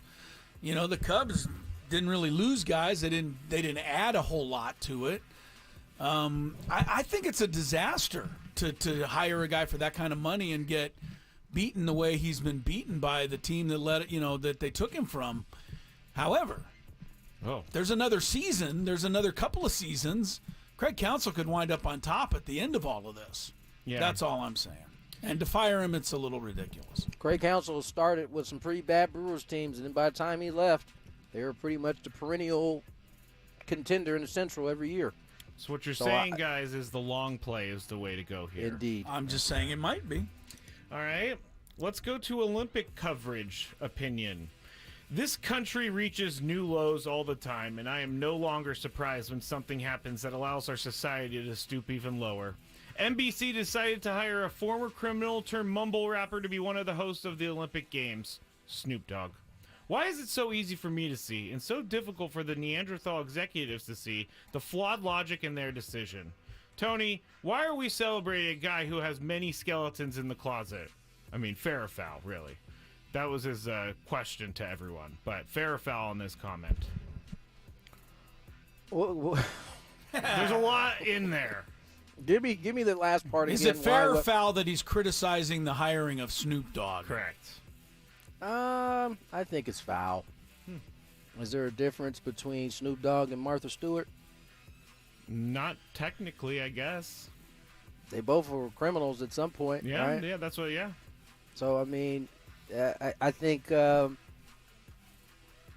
society has changed a lot. And Neanderthals, those are the old ones, right? I would think that Neanderthals wouldn't want a guy like Snoop Dogg kind of out to the masses. But I just think that, despite some of those so-called skeletons that he has, he's also done a lot to change his image in terms of understanding the people he's reaching, the kids that he's reaching. And so I think this is foul. I think this is foul by said writer. And, I think most people enjoyed, if not all, enjoyed Snoop and his coverage of the Olympics. For shizzle. Chris? I like that. Chris, fair or foul on this? It's foul. It's foul. Snoop Dogg is lovable, and he's one of the great success stories in American pop culture to come from where he was to where he is. NBC was just taking advantage of that. Now, I did read varying reports, but one said that he made $9 million from NBC. They probably should have paid him more. Because I'll be honest with you, if you're going to put Snoop Dogg on a television screen with Mike Tirico, there's only one reason I'm going to watch. It's for Mike Tirico. No, it's for Snoop Dogg. That's it. I'm surprised that your hate for Mike Tirico is not outweighed. You wouldn't just turn it off regardless. Nah, I watch Snoop, man. He cracks me up. Honestly, he might have been a little overexposed in the Olympics, but that's not his fault. He was just funny in everything he did. I had no problem with it. I think that number sounds about right because if I recall right, it was like $500,000 a day. Oh, okay, yeah. So that would be $9 million. Make right $9 around that million amount. just to be himself, to smoke weed and go on camera. I mean, God, isn't that if that's not the American success story of all time? I don't know what is. You know, I was in the car with my parents, and we were talking about Snoop Dogg hosting the Olympics, and my dad said, "I got a question. Why doesn't someone just go arrest Snoop Dogg? Because he's obviously got a bunch of drugs on him." And I'm like, because Snoop is too cool. They're not going to arrest him. Come on. And he doesn't have the drugs on him. That's what I was about to say. That was. He's got a guy for that. Let me not to mention. I mean, I don't know what the laws are in France. In France, probably not a great idea to be transporting across, country lines. Right. I mean, and I don't know that we saw him with any of that. But I'm sure he has contacts in Paris that would be happy to help him out. I am sure people come out of the woodwork to offer him stuff. Hey, you're Snoop Dogg. Can you try this, please? Oh, yeah. Try this strain, please. Please try this. I'm going to think, I'd like to see NBC take it a step further. Never mind this fair or foul. Next time, just have Snoop Dogg be the lone host of the prime time and have Mike Tirico stand behind a camera somewhere and give him a little money. Your love for Snoop Dogg is surprising to me. Yeah, I'm surprised Snoop Dogg too. Slander. I'm surprised too, but I like slandering him at all. All right, final one real quick, and this one is from the New York Post, so get ready. The Mets should be ashamed of themselves. It was camp day at Citi Field last Thursday afternoon. Thousands of kids in the ballpark, many of them already irreversibly desensitized and anti-socialized by the commercial prompts that attack their vulnerable central nervous systems before they can distinguish bad from worse. So what did the Mets do? They put a Mets jersey on a girl who was famous for saying Hawk Tuah. As a Mets fan my whole life, I am disgusted that the Mets would put this girl in front of so many children who are now asking, what does Hawk Tuah mean? Steve Cohen and the Mets stopped stooped too low this time, and I can't see why they felt the need. Fair or foul, Chris? Fair. Really? Yeah, fair ball. I don't really understand how they arrived at bringing her there to throw out a first pitch, and I don't understand how did they announce her to the crowd by her name, and was she just influencer? What? Social media influencer. Social media influencer, so-and-so. I don't know her real name. They ever mention Hawk Tuah in the introduction over the PA system? I don't know, but I don't think so. The fact of the matter is, she didn't belong. Her name is Haley Welch. Well, she didn't belong out there in the first place. And especially now that I hear it was a kid's day, I'm a little outraged by this, I must tell you. Outraged? Yeah, I am. I mean, I don't need every kid turning to their parent and going, what is this? Who is that woman? Oh, well, what does that mean? I don't need that. We have enough issues already out there. This was really poor taste, if that's true. I mean, all she was doing was spitting. That's it. I know. Yeah, Tony, fair or foul? Probably fair. Wow. Especially considering it was on a kid's day. Yeah, that's the most egregious part. I don't buy the idea that, if let's just say if it was my mom, and I happened to randomly ask my mom, who is this lady? Your mom would say, "Be quiet, mind your own business." I know what that's definitely one option she would have. That's one option. The other option, I mean, there's I guess there's a way to speak to your kids and let them know that something inappropriate. She did something inappropriate. She shouldn't really be up here, but this is what they decided. I mean, be honest without, having to. There's a way to say that to your child and let them know that it's inappropriate or whatever it is that you feel about the situation. Yeah. But it's inappropriate that the Mets put every parent in that stadium in that position. That's not good. That's not good thinking by the Mets. You could do it is. I mean, it's parenting. I mean, this is what you're supposed to do as a parent: is guide your children and let them know right from wrong. Just take it as an opportunity. I don't think she should have been there on that particular day. But let's say it wasn't that day and it was just a random day. There's still kids in the stands in those days that can still ask the same question. So, ladies and gentlemen, the Hawk Tua girl. That's not what they Haley call Welch. her. Dun, dun, dun, dun. The last time when we originally talked about this, and you were concerned that I was filling young ears with bad things, most of the parents said on the chat that their kids already knew it before they did because of school and TikTok and whatever, friends or whatever it was. Doesn't make it right to drag her out there.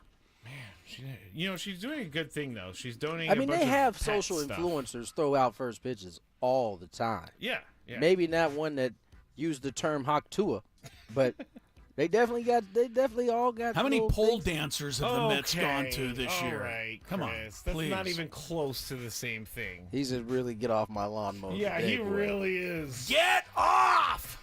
I'm gonna. One of my favorite her on the ejections show. ever just was shown on. Oh man, that's great. We'll talk about it later. Okay. All right, will. that's it for Sorry. fair or foul. It was kind of a foul segment. But I kind of enjoyed it today. Okay. It was kind of a rousing. Good questions. All right. Good fair or Yeah. foul. All right, maybe I figured out this. Maybe you this got formula. something here, All right. Scraby. All right, we got Chris versus the fans next. Hang in. Padres, Twins, today.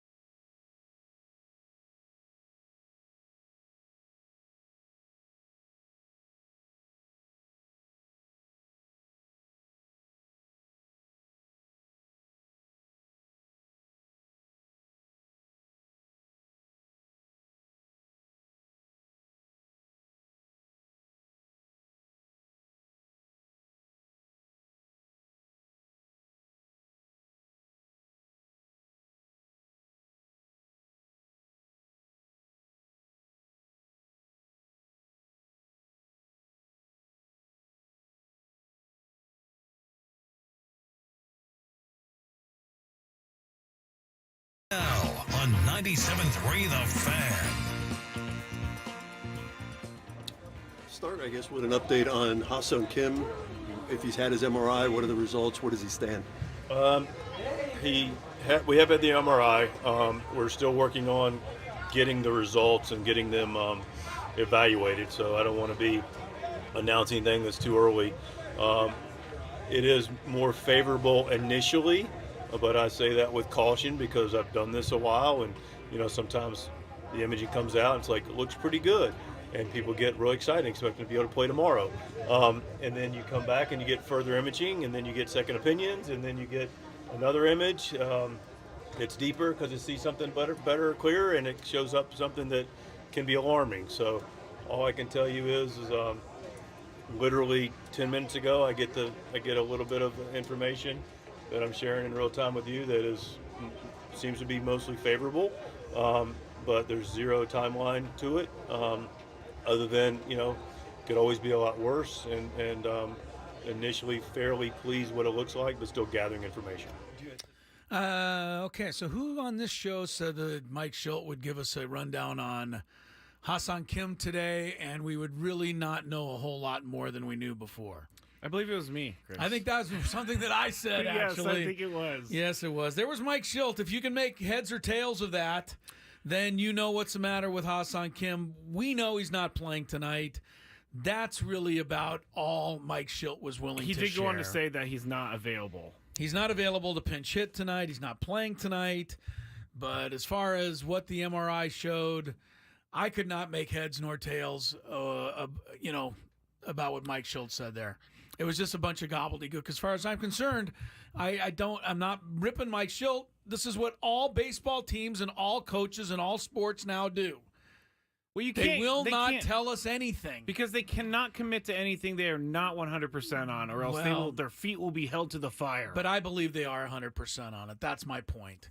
I believe that. Don't you think they would make a move though if there was something that was bigger? Make a move? Yeah, wouldn't they put him on the IL immediately, call someone up if he was actually out? I don't know. They might hold out for more that information. Maybe take another picture tomorrow. Some more imaging. Take some more imaging. Try to get a more. He said it was a very favorable image. Couldn't have been that favorable. The guy's not at all available to play tonight. It's not Mike Schilt. It's not the Padres. It's baseball. It's football. It's basketball. Nobody will any longer share with us really any succinct injury news. We don't get it. We can't get it. So we just have to kind of make it up ourselves. I don't know how long Ha-Sung Kim's going to be out, either do you.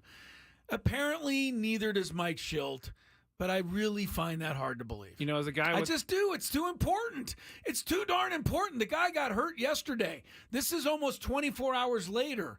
Ha-Sung Kim's health is really important to the, near immediate future of the Padres. I really believe that they have found out what's going on and made it a huge priority to do so. I find it hard to believe that they waited till 3:50 this afternoon and 10 minutes ago took a haphazard picture and just don't have a very clear idea of what it said. I buy it because as a guy who was recovering from shoulder surgery, MRIs take a long time. And they traveled home last night. I don't think that's as easy as Ha-Sung Kim getting off the plane, going to get an MRI from Petco Park. They probably have to wait for the doctors to get into Petco Park to operate the machine. I don't. It's too important. I can't. You really think that he got hurt yesterday?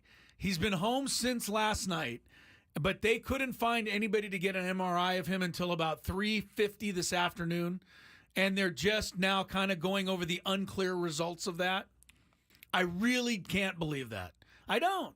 I don't believe the Padres, and I don't believe any other team that gives us the same runaround. An initial diagnosis has been made, but they do not want. They need to wait. Honestly, they probably do have to wait for him to wake up and then 3 days from now and tell him how his shoulder is. Okay. Shoulders change every day, Chris. All right, doctor. Scraby. I am. I just went through a shoulder surgery myself. I'm aware of it. I'm hoping Ha-Sung Kim doesn't have to go through one as well. But as far as what we know, we don't know. Here's one thing we can tell you. The Arizona Diamondbacks lost a key piece today. Ketel Marte is going to the injured list. He was been playing with a sprained left ankle for the last 8 days. But yesterday he re-injured it badly enough in their game at Miami to where he has got to go on the IL. Wait, who is this? I'm sorry. Ketel Marte. Oh, okay. Pretty important player. Very important player. Yes, kind of right. The only guy pushing Shohei Ohtani for NL MVP. That's who it is. He's out for quite a while. So that's bad news for the Diamondbacks. Over the weekend, Tyler Glasnow went on the injured list. Yeah. That's bad news for the Dodgers. I believe it this time. And if you And if you want some bad news for the Braves, Austin Riley, how about 2 months for him after breaking his right hand hit by a 97-mile-per-hour fastball yesterday against the Angels? The Braves have already lost Acuna. They've lost Strider. They've lost Albies. They still have a 2-game lead over the Mets for the wild card. It's really quite remarkable when you think of it that way. If you're the Mets at this point, come on. But the Braves are hanging in. They're going to have to do it without another stalwart player now, though. So we will see. All right, let's play. What do we got? Chris versus the fans. I'm a little annoyed right now. I guess so. I didn't realize but I this. was right, and it's just frustrating. Tell us what's the matter. It's not going to change world politics. God. If you had one shot, one opportunity to take down the human almanac himself, Howdy do. now is your time. Listen to me, this guy is dangerous. Now is your opportunity to win a prize. Well, I hope you know what you're in for. Chris versus the fans starts now on 97.3 The Fan. All right, you get. Sorry, I raised my hand so that okay. I didn't step on see you, but I My stepped fault. on you anyway. My fault. You can get qualified for the grand prize 2-night stay, Resorts World, Las Vegas. 2 tickets to Carrie Underwood, Reflection. It's at Resorts World Theater.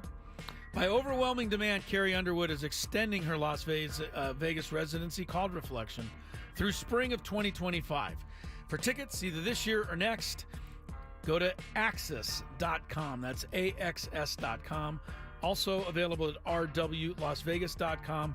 Or better yet, win Chris versus the fans, qualify, and be our grand prize winner. Correct. There you go. And I didn't tell you this, Chris, but before the end of the show, we will have some Padres tickets to give away. It's not going to be with this game.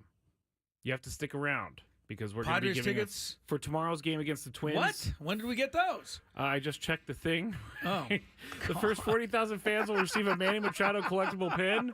For more information at Padres.com/giveaways. Before the end of the show, we'll get that done. So we're going to give you some Padre tickets for tomorrow's game. Later in the show. You have to make it through 3 questions in this game. Each question will get more difficult. If you get the question right, you move on. If you get it wrong and Chris gets it right, you're eliminated. But if Chris gets it wrong, then you move on to the next question or you win.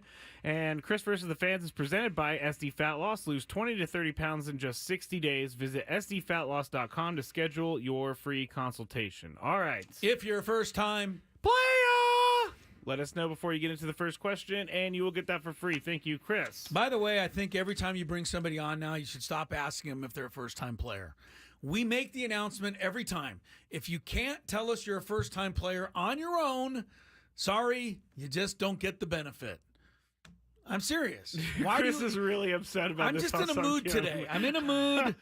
Blame it on my niece. I will. Actually, I've heard a little bit about it, and I will.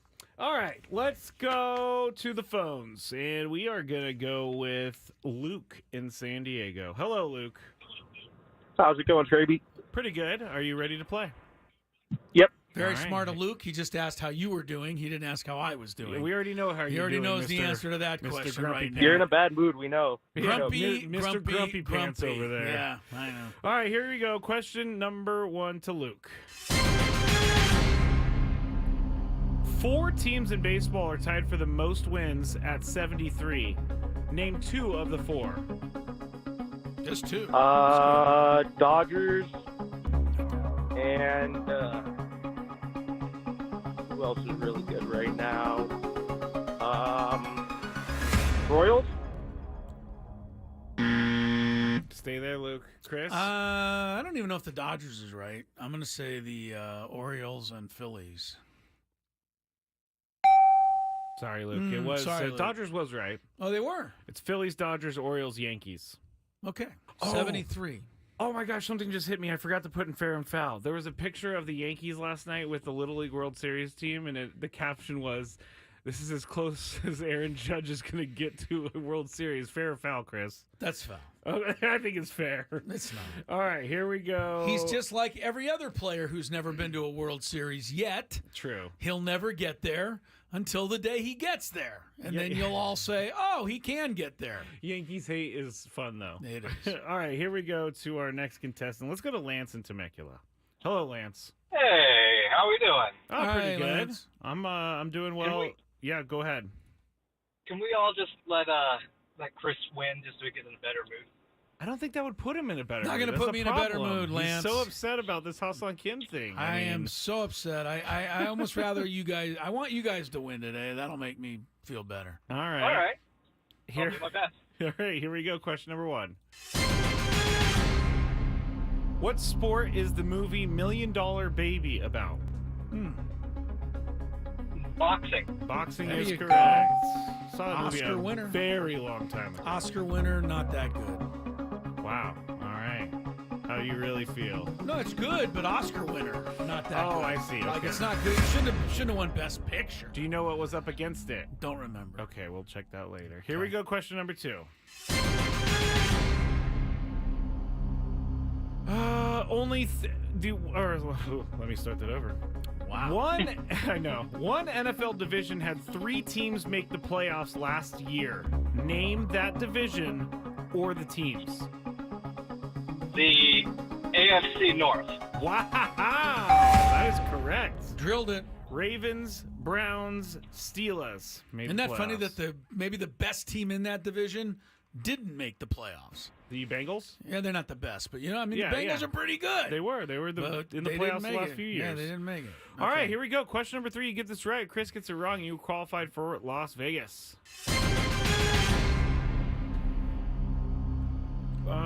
Let's see. Prior to Atlanta in 2023, which National League team was the last to have 5 players with 25 or more home runs in a season? I'll repeat that. The Braves did this in 2023, but what was the last team before them, National League team, to have at least 5 players with 25 or more home runs in a season? Let's go with the Reds. Does he have access to the document? Because that is correct. That is absolutely right. Wow. How about that? Stay right there, Lance. That was pretty incredible. All right, I gotta Lance, say. for extra credit, name the 5 guys. No, you don't have to. Not do a that. chance. You don't have Okay, to do that. I have them, Chris. Who were they? Adam Duvall, Scooter Gennett, Eugenio Suarez, Yes. Joey Votto, Mm-hmm. Scott Schebler in Wow. 2020 or I don't 2017. think anybody could have named those 5. Even a diehard Reds fan couldn't have named that. I but think Scott Schebler would be the guy left off the list. Be a tough one. Somewhere Scott Schebler is telling people, I hit more than 25 home runs in a major league yes, season. he did. All right, very good, Lance. That was really good. Yeah, that was an excellent performance, by the way. So good that I'm even in a good mood now. So well done by you, Lance. I want to remind everybody while Scraby will get Lance's info here, this Thursday, it's just a couple of days away, this Thursday, 2 o'clock, Scraby and I will be out there, live broadcast, right? You can come see us. We're at Casa Octavio. Here's where to go. The corner of 10th and J. It's like a stone's throw from Petco Park. You can't miss it. If you know where Petco Park is, you'll find 10th and J. Come by at 2 o'clock, actually all afternoon, before Padre Baseball. We'll be broadcasting live. Now, if it's not enough for you to come meet Scraby and I, and honestly, I don't blame you because that's not really a big draw. This is a big draw. We're going to be giving away 3 pairs of tickets to that night's Padres-Mets game, the Thursday night Padre-Mets game. Wow. So in order to get those tickets, you're going to want to come by and visit us this Thursday. Our live broadcast, it's at Casa Octavio on the corner of 10th and J. It begins at 2 o'clock. Chris Ello, Matt Scraby. Tony Gwynn Jr., of course, will be on the show, but he'll be up in the press box getting ready. But we're going to all be there. 97.3 The Fan's going to be there. You need to be there. Yep. What day is it, Scraby? Thank goodness you said Thursday, because I was almost positive it was Friday, and it is Thursday. Yes, it is. So Thursday, 2 p.m. Casa Octavio. We're gonna all show up there Thursday. Scraby will come dawdling in on Friday. Yeah, I guess so. I don't know where I've been. Yeah, Thursday. This Thursday, 2 o'clock. Circle it on the phone. Type it into your what app do you use for that? Oh, I'm a Google guy. Google Maps. Google Maps. Yep. No, that's how you put your calendar in Google Maps. Oh, I thought you meant no, not directions. how to get there. Calendar. I put it. Yeah, Google. Where do you Calendar, put it? Google it Calendar matches up with our Gmail for work. Google Calendar. Get your Google Calendar out. I still write stuff down in a book. Believe it or not, at home. I have a believe it or not is not believe it is the part. You believe it? Yes, of course. You believe it? I have one of those planner desk calendar planner things. You got one of those big things, and then you it's not tear that big. off the big sheet. It's not quite that big, but yes, it's a booklet, and it has squares for the days of the month, and I write what I have to do in there with a pen, an actual pen I use. If you can believe it. I do believe it. We're having major controversy on the chat. This is why I'm kind of disengaged what's right happened now. here? The first caller who was naming the teams that have 73 wins said the Dodgers and the Royals, right? Yeah. Okay, a lot of people heard Orioles, and it made me freak out. No, he said Royals. Yeah, I thought it was Royals. Yeah, no controversy. But anyway, Thursday, Casa Octavio. 2 o'clock. Come on down. Yeah, come on down. Make sure you say hi. We'll hang out. We'll have some fun. We'll eat some food. We'll drink some sodas. I'll drink some sodas. Scraby will drink sodas. Yeah. You guys Actually, may drink I'll drink iced tea. some other things. But we're going to be there before the Padre Met game Thursday, and then we're giving tickets away to the game. Yes. That's Thursday. Where is it, Scraby? It is southwest corner of 10th and J. Thank you. 10th and J. Everybody better be there Thursday. We're going to check some traffic now. When we come back, NFL news and notes. Notes. And a Big Five. It's all coming up on Gwynn and Chris. From the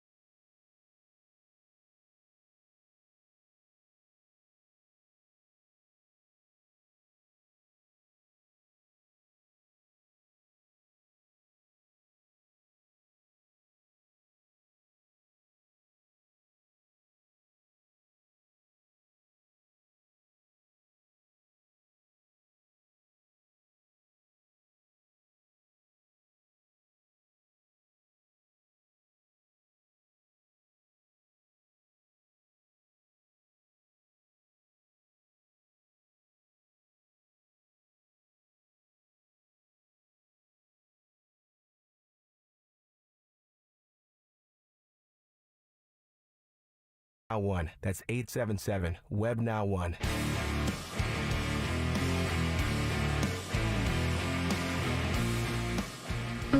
Just two. Dodgers. Royals. Stay there, Luke. Chris? I don't even know if the Dodgers is right. I'm going to say the Orioles. And Wait, sorry, I was trying to stop that the whole yeah, time. he said Royals, everybody. Here we go. I think I Here we heard go. it. I mean... Royals? Royals. He said Royals. It was wrong. Sorry about that, Luke. You got it wrong. It happens. Life goes on. And there was no protesting from Luke either. Huh? There was no protesting from Luke. If he Right. said Orioles, there would have been a protest. He might have protested a little bit. Yeah, I agree. The chat is just trying to get my goat right now. The chat's trying to bug you. You know what I actually heard there? What? If you play it backwards, it says Paul is dead. Oh, like the Beatles? The Beatles album, yeah. If you play that, what Luke said backwards, it'll say Paul is dead. Okay, let's try it. There you go. Yeah, sounds like See, Paul Royals. is dead. I heard Royals, I too. heard Paul is dead. Welcome back to Gwynn and Chris. 4:25 is the time. Chris L.O. Tony Gwynn Jr. coming back for the Big Five here shortly. Mr. Scraby is running the show here and running it off the rails, as always. Adrian Del Castillo just hit a grand slam. He plays for the Diamondbacks, unfortunately. Nick Fortes has come back with a solo shot. Bottom of the third, Arizona 4, Miami 1 on the baseball scoreboard there for you. You know who? Should I bring this up? I don't know what you're about to bring up. I know. You asked me, should I bring it up? It makes me nervous. I said I was going to do some NFL news and notes. What are you going to bring up? And I know we're going to talk about Tua and the Big Five, so I'm going to leave that for you. Yes.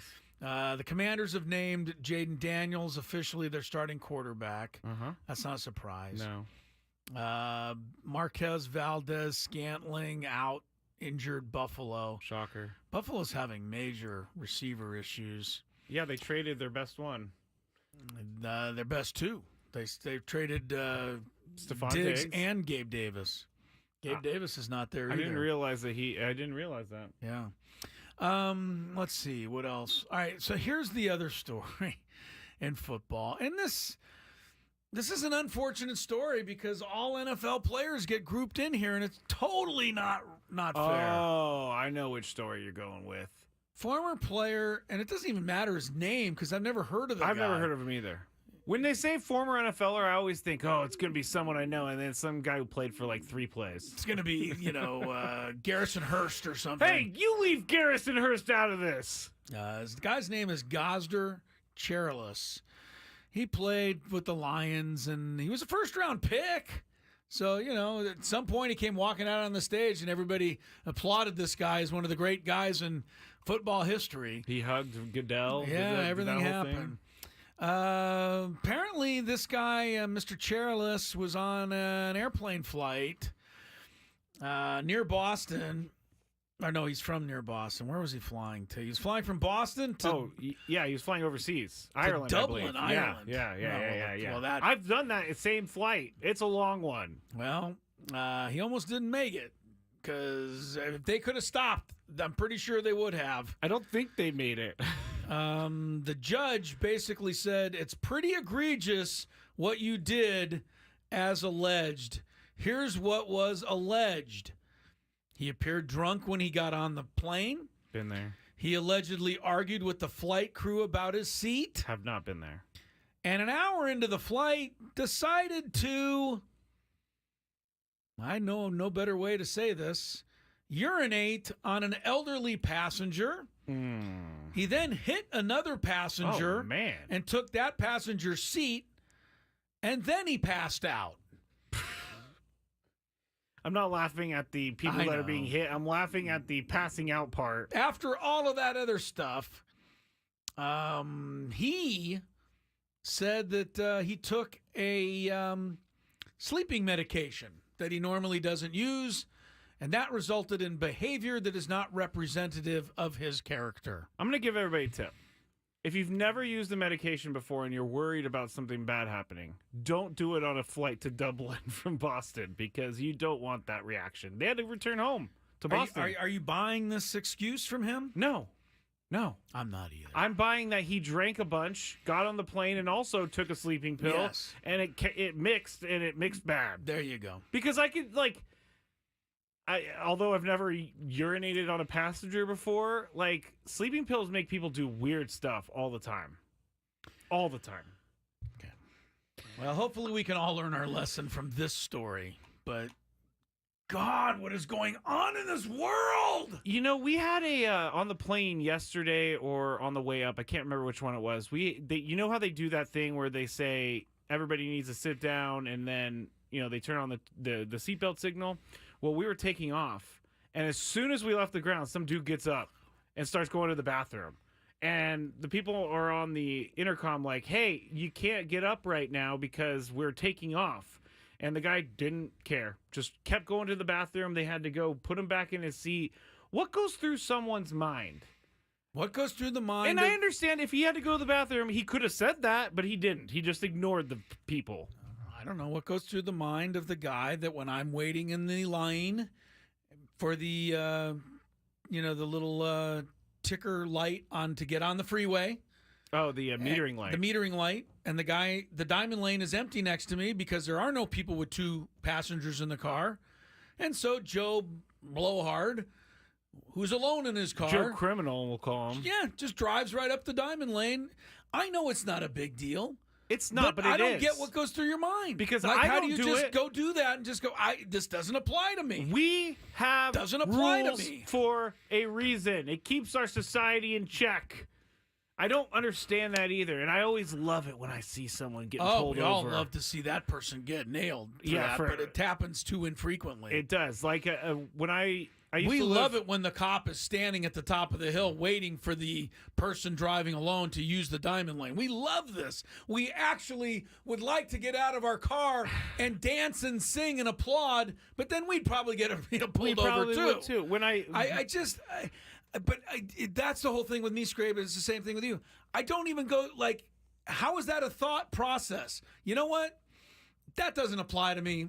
I'll just go ahead and do it. I don't even get the thinking. Somebody in the chat who's like a cheating person and just does whatever the hell they want to do, explain to me what goes through the person's mind who just gets in the diamond lane because they can. I can't explain it. I don't get it. Do those people stop at red lights? I would hope you don't so. have to? You don't have to? I would hope so. Don't have to. I wonder if those people... It's certainly suggested. I wonder if those people are those sovereign citizens that say that they're not bound to the rules of the United States because they're a sovereign citizen. Have you ever seen this before? They won't give driver's license. They won't give registration. They don't have to follow any rules because they're a sovereign citizen. Okay. Man, we've been ranting a lot. Have we been feel going. good. Did anybody tell you what happened to Hassan Kim? Did we get a report on him yet? I'm not going back there. Not going back there. He's not playing tonight. If you just joined us, that's pretty much all we know. 4:32 is the time. Padres pregame. Scraby's got it at 5:30. Yep. Everybody tune in and listen to the game tonight. Sammy Levitt is calling his first major league ball game. You have to tune in for some of that. All right, it's all coming up, and next is the Big Five with Tony and me and Scraby and everybody.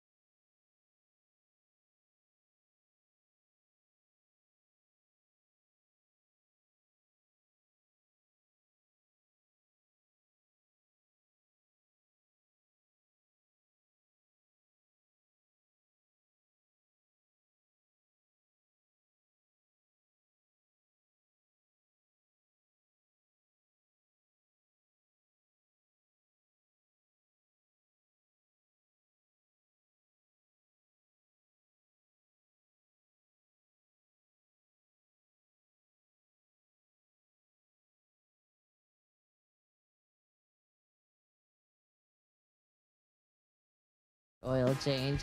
Just a couple things to mention here. One of them is this crash on southbound 5 at the main and division off-ramp. Also, collision reported on the Severn Drive off-ramp of westbound 8. Stop by any of the 30 San Diego Valvoline instant oil change centers. You don't have to get out of your car, and it usually only takes 15 minutes or less. Plus, get a free courtesy check of your tires and battery. Visit SoCalOilChange.com for directions and discounts. SoCalOilChange.com. I'm Kelly Danick with Gwynn and Chris, San Diego's #1 sports station, 97.3 The Fan. It's that time of the show when we check on the latest in sports. Only the most important topics and questions are brought to light. Stop what you're doing and listen. These news stories will astound and amaze you. The one, the only. Oh my God, who the hell cares? The Big Five starts now on 97.3 The Fan.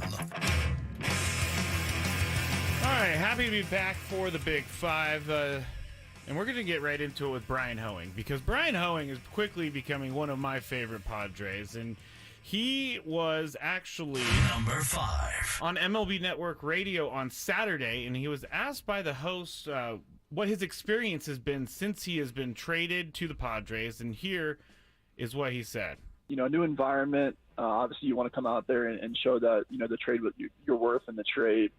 And just show that your new teammates that, you know, they can trust me when I come into the game on the mound, that I'm going to come in there in any situation and just, you know, give my best effort, try to get some outs for the team and help the team win.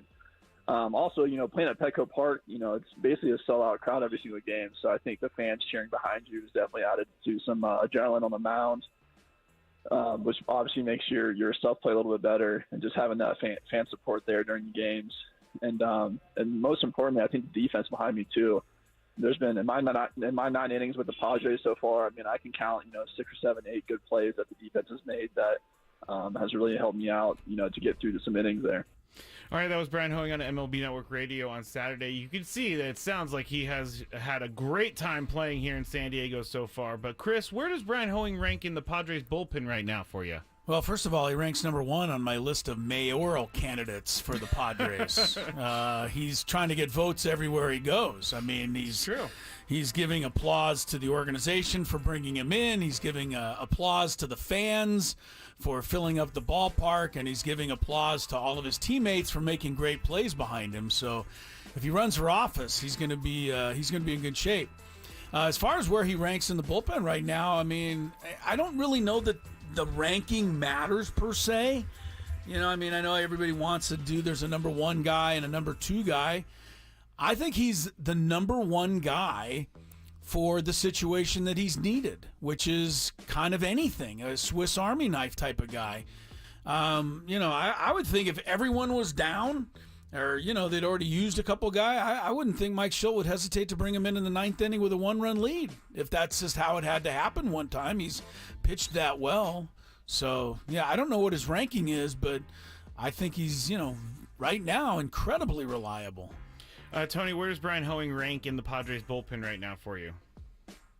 Yeah, I think Chris's answer is kind of spot on. Like, I don't know that this bullpen outside of Suarez, who we know is the closer, I don't know that anybody else has a spot. We've seen Scott set up. We've seen Adams set up. We've seen a slew of different guys do the 7th inning or the 6th inning. And so I think it's just the situation, the matchup, and it's a great problem for Mike Schill and Ruben Niebla to have, that they can look down on that bullpen and feel pretty good about all of them. But Brian Hoeing I think Chris hit it on the head, like Swiss Army knife. You can kind of use him in any of those spots, and he's shown that, whether it's being the swingman spot or the setup spot or whatever it is, he's shown the ability to go out and get outs.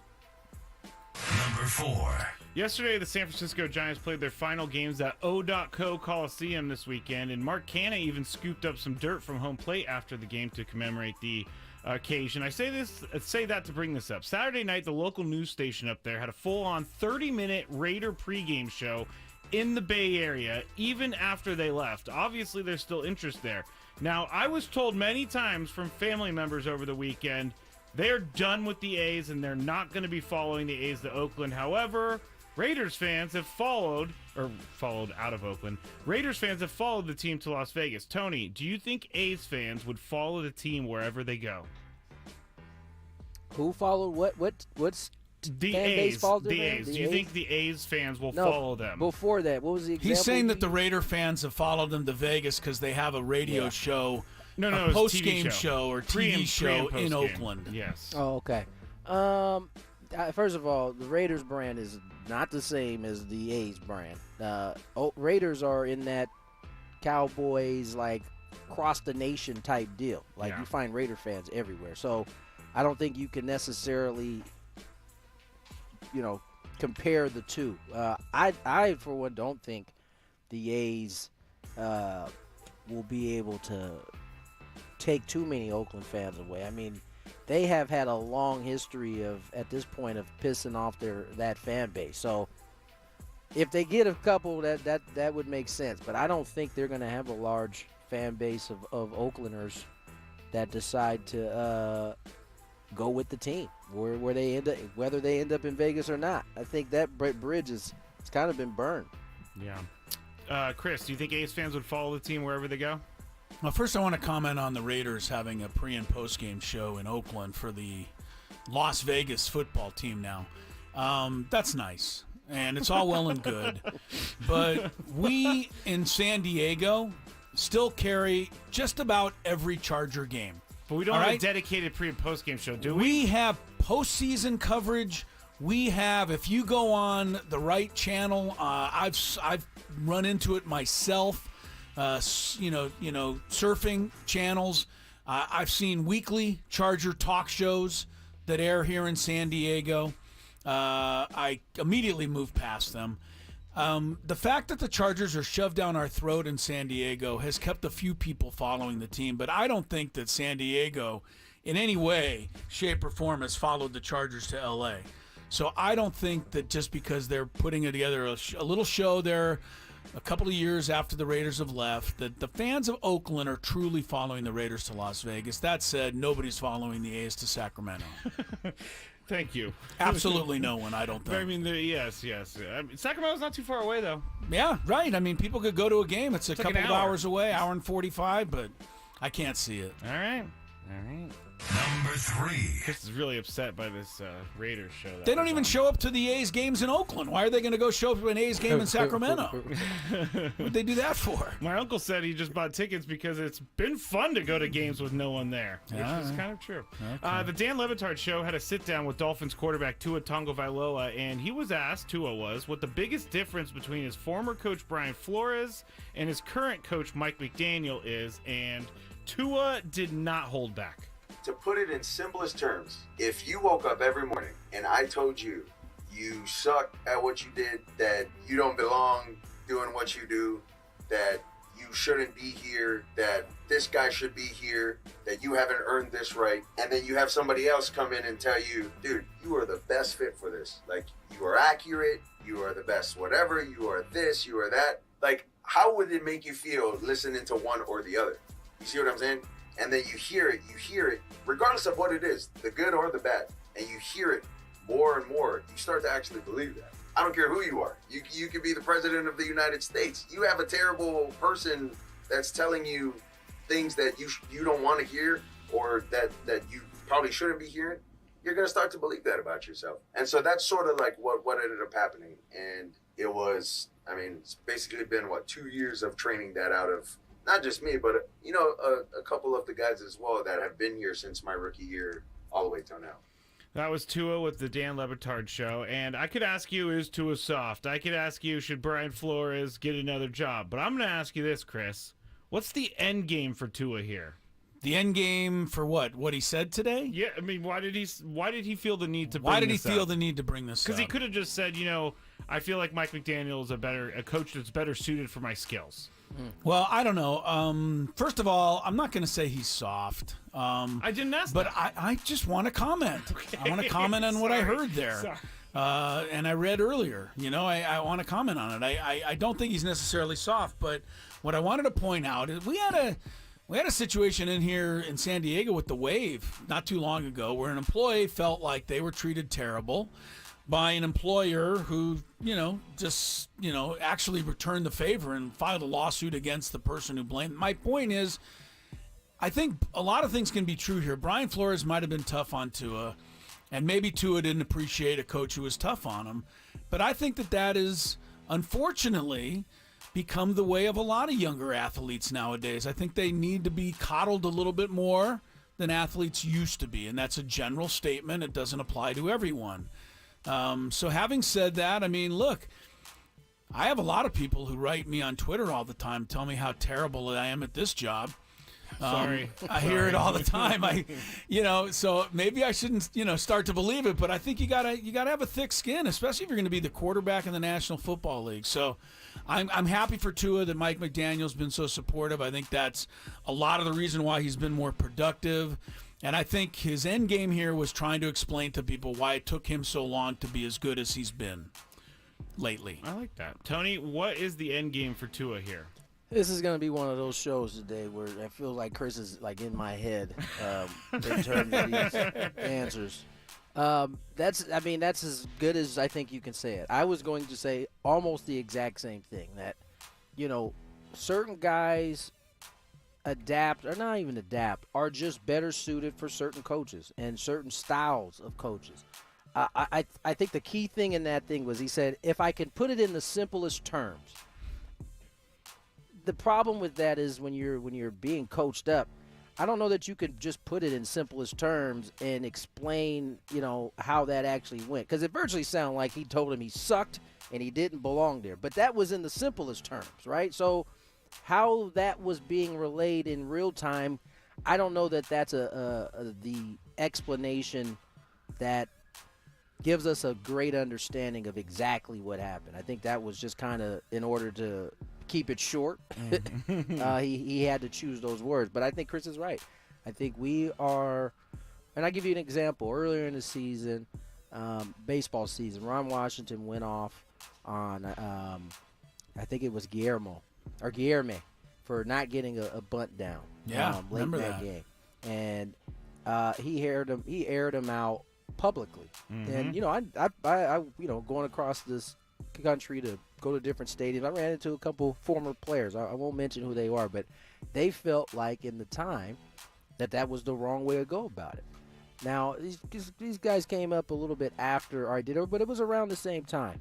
And in my mind, I'm like, that is, to each his own, right? Like, they felt like that was unnecessary to go public, but my feeling was, I'm pretty sure Ron Washington didn't just wait till he probably said that to the guy's face as well. And that's just an old school way of coaching.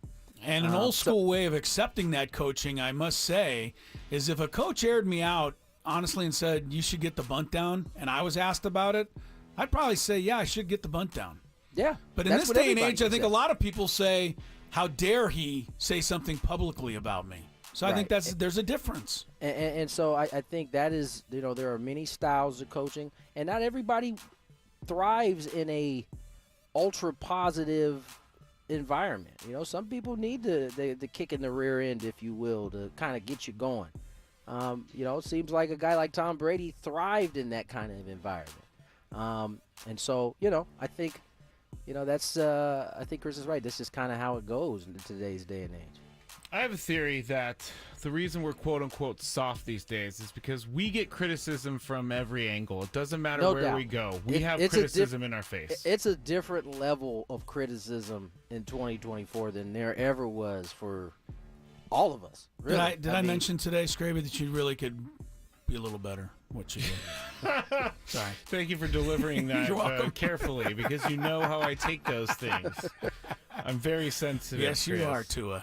Hey, he's your quarterback. I know. With flag football set to make its 2028 Olympic debut, many NFL players are saying they want to play, but there is at least one flag football player who wants to let the NFL players know they're just going to get a spot on the team in his mind.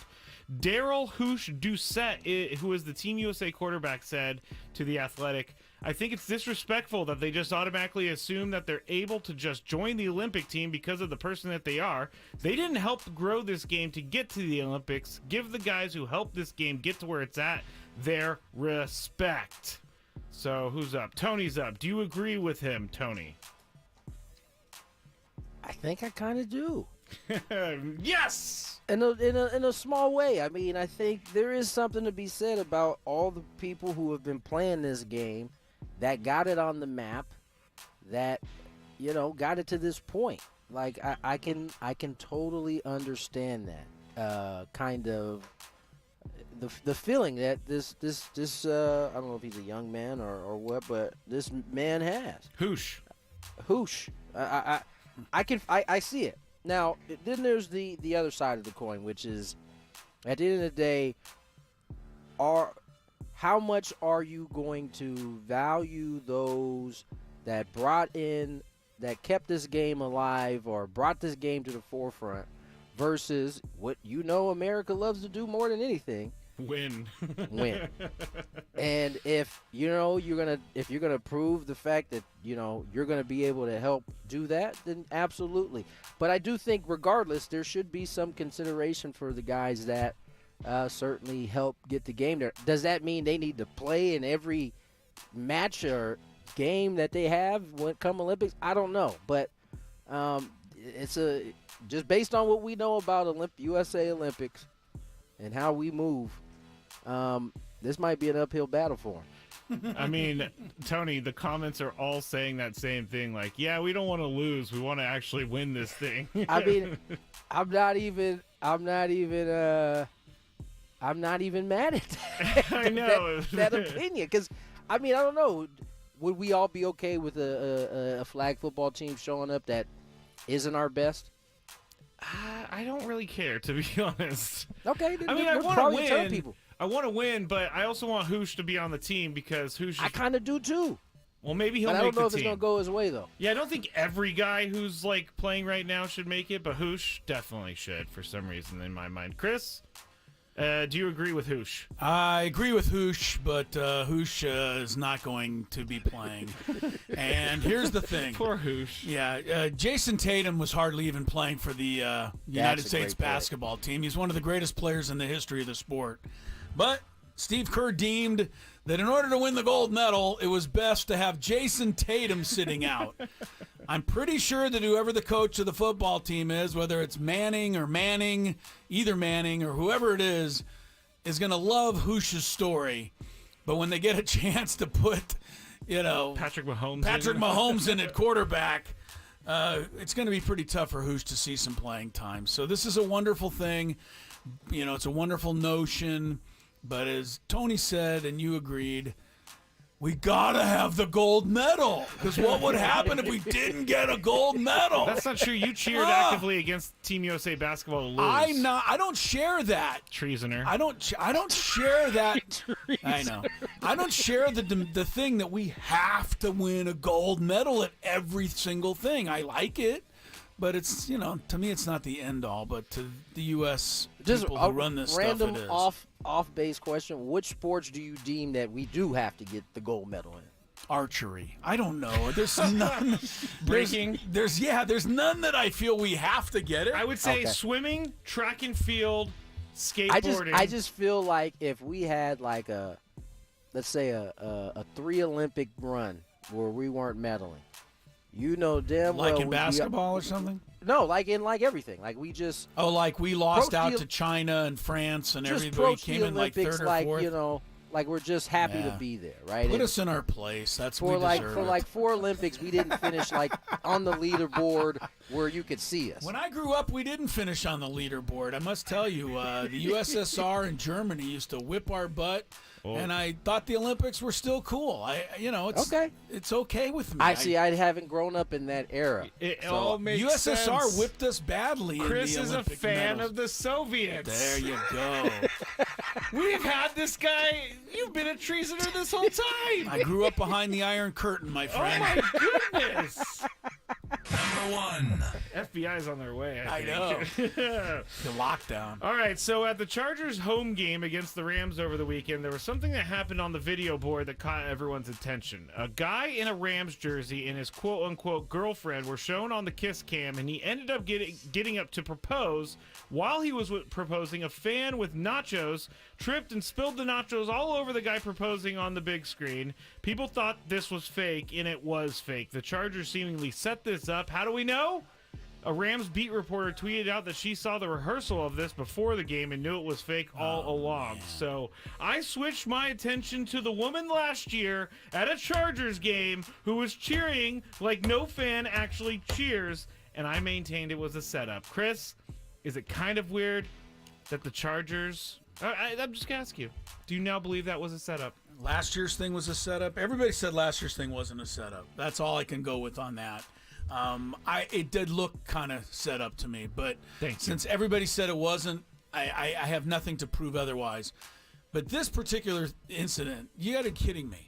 This is the Charger. Was it the Chargers home game? I believe so. Saturday night. Let me just They actually went out of their way to try and entertain the fan base by having a fake proposal and a guy dump nachos on the proposer. They were quote unquote the home team. Yeah. I don't know. Who does this kind of stuff? I don't get it. I'm lost. I'm completely lost. I am so flabbergasted that this comes out to be a fake. Oh my goodness. What won't they do nowadays? Exactly. Tony, I don't get it. The Chargers are if they're not the worst organization in sports, they're just in so many different ways they just boggle my mind, and this is another one. So wait, this wasn't the Rams. This was the Chargers. The Chargers. Yeah, did the guy that, was right? in a Rams jersey, so the Chargers. Oh, I see. So the Chargers are rip. I see.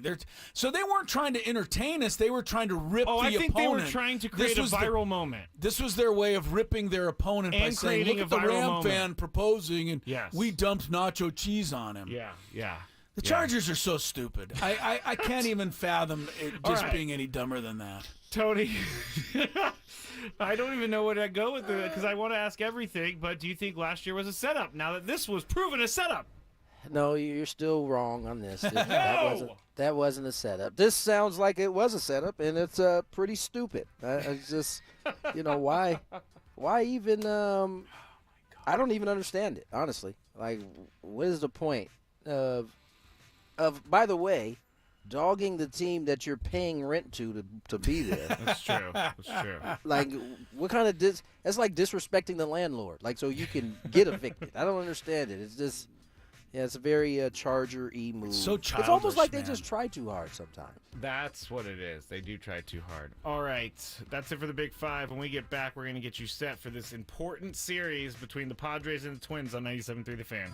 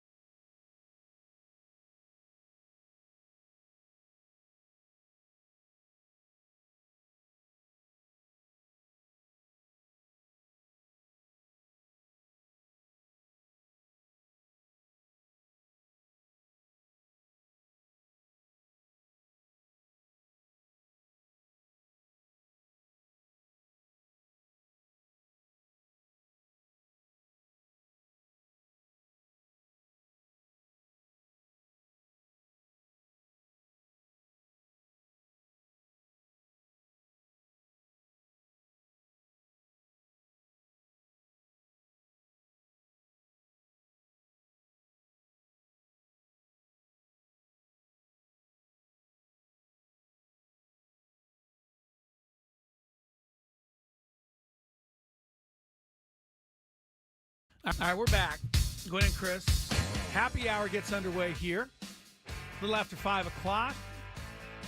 Coming up on the Matt Scraby Padre pregame show today. Scraby's got it for us. And then... Getting nervous. Come on, everybody get into it tonight. After, at 6:30, tune in. I mean, look, Jesse and Tony are fabulous. They're on TV tonight, though. Yes. And Sam Levitt is making his Major League debut. Tears of joy. Is that him in the back? Or you let him out now, Sam? No. You let him out. No. Sam's ready. Sam's ready. Well, why are you crying? It's tears of joy. Oh, tears of joy. Yes. I thought that was an actual live sounder of Sam. No. Being a little nervous about Sam. things. I can't speak for him, but I don't see Sam getting too nervous. He's done this so many times. It's a big thing, and I'm thing, excited though. for him. If you get a chance, tune into some of the little more of the broadcast tonight than normal. You can listen to Sammy on the radio call with Bob Scanlon doing a color tonight. Yep. All right. Padres didn't make... Well, look, Mike Schilt told us as much as he could about Ha-Seong Kim, which wasn't a whole lot, other than the fact that there was some sort of MRI.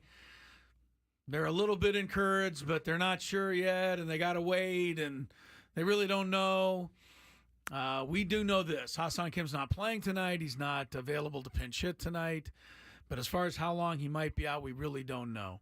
But among other things that Mike Schilt was asked by the media throng tonight at Petco Park was, would there be any consideration of moving Xander Bogaerts to shortstop? We got Wadey out there tonight. We got some multiple guys that can play there. Would Bogaerts be an option to slide back over? We got multiple guys that are capable. One of them capable guys. Sorry to be vague, but Who's your backup shortstop if Kim's not available? we got Wadey out there tonight. We got some multiple guys that can play there. Would Bogaerts be an option to slide back I didn't over? realize that was going...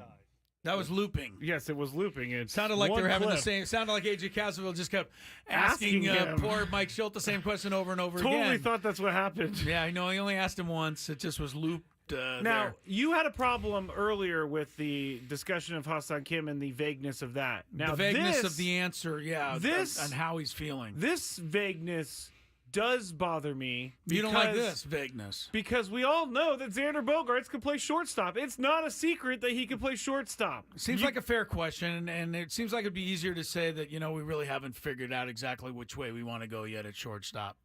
But what Mike Schilt decided was to go with, we have a bunch of guys that can play shortstop, which is a way of saying I don't really want to answer that. Do you think that who are they playing, the Twins? Do you think the Twins are going to see Xander Bogaerts penciled in at shortstop and just all of the coaching staff is going to go, we can't believe it. They stunned us. We had no idea it was coming. It's coach speak that bothers me in that regard. Everything from Mike Schilt today was coach speak. I can't say that there's anything terribly wrong with it. But it does frustrate me to a certain extent. There's no question. The Ha-Seong Kim stuff doesn't bother me because as a fellow shoulder injured the vagueness of the injury report? Inflammation needs to come down, Chris. But we all want to know what's going on with Ha-Seong Kim. This is a big deal to us.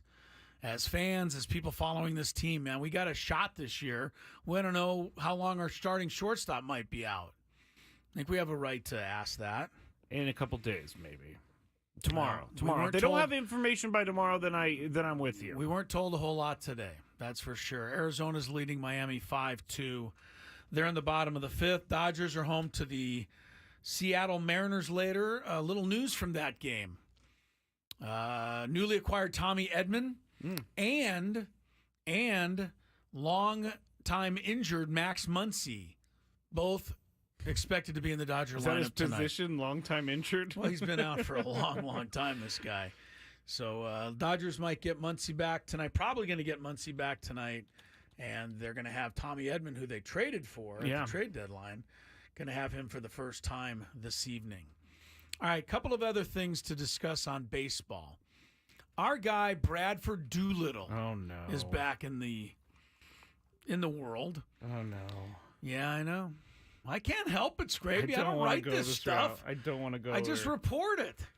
Bradford Doolittle, the same ESPN staff writer who, as of August 8th, now this is now 11 days ago, but August 8th was the last time he wrote his award list, and he had Jackson Merrill 6th in the Rookie of the Year balloting, which led a lot of people to tweet back to me more like Bradford, do nothing, or hey, Bradford, do more, and then a whole bunch of bad language that I can't repeat.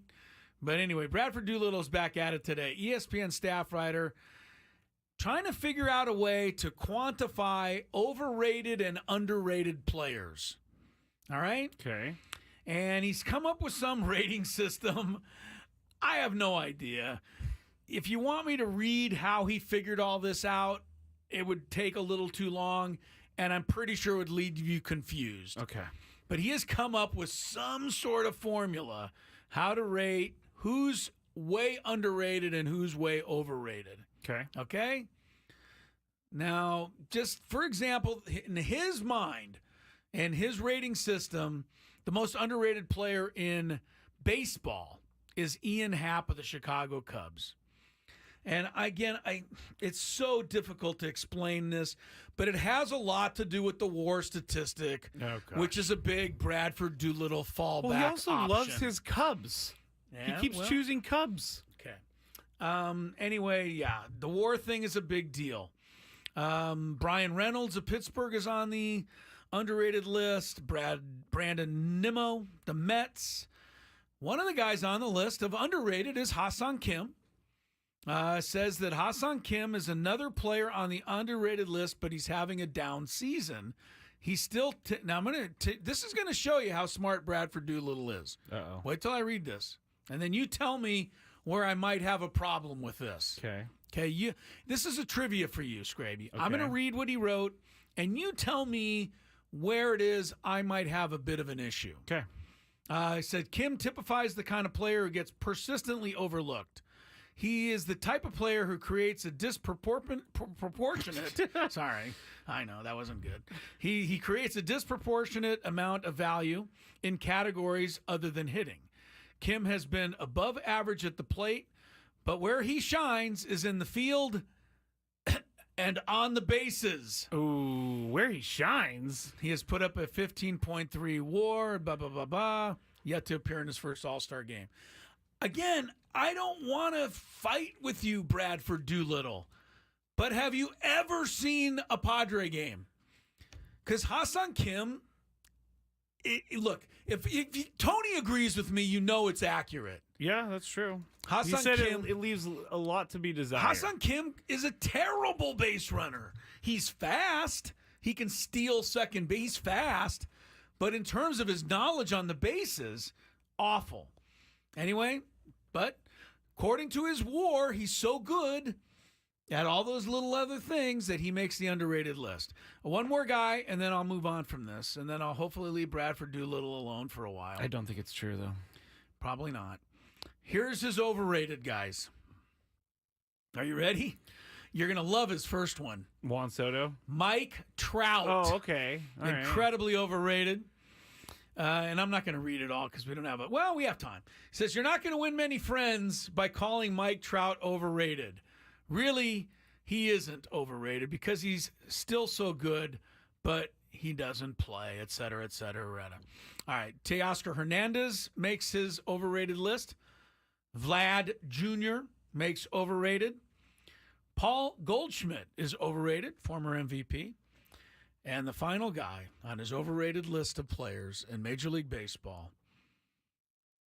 Machado. He had to do it, didn't he? He did. Manny Machado. I mean, if you're looking at the statistics, I could see why. But you're not looking at the importance of Manny here in this stretch.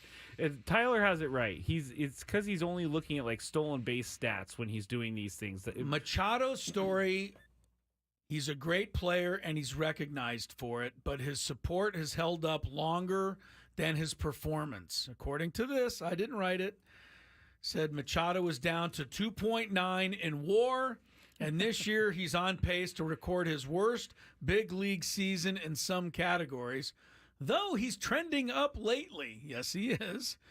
Despite his down 2024 season, he still finished second in the NL fan balloting at third base, which makes him overrated. Seems like it's just an unnecessary shot at Manny It kind of Machado. does. Send all complaints to Bradford Doolittle. Maybe he will never come on the show. He's not now. going to. He's not going to. Doolittle, ESPN staff writer. He writes this stuff. He's got to take the heat for it. Again, if your opinion is that Manny Machado's overrated, that's fine. It's your opinion. But bring something better than his WAR. Bring something better than his WAR.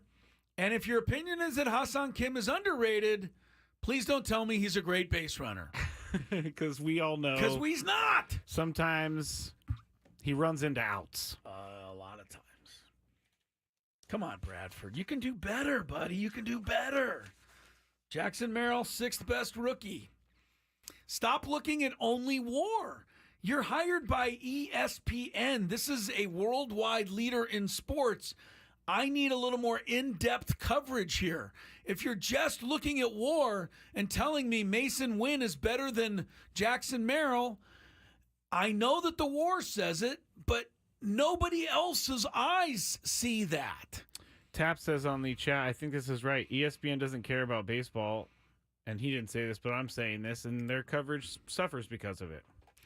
I just can't believe that that's their major guy doing articles like this with those kinds of things. I expect better. I just do. I expect better. I do. I pay for this. I pay for this article. It's on ESPN Plus. We're devolving at this point. Devolving. All right, when we come back, we're going to have a little more fun before the end of the show. Turn it over to Scraby. Ooh, we need to give away tickets, though. All right, yeah, that's right.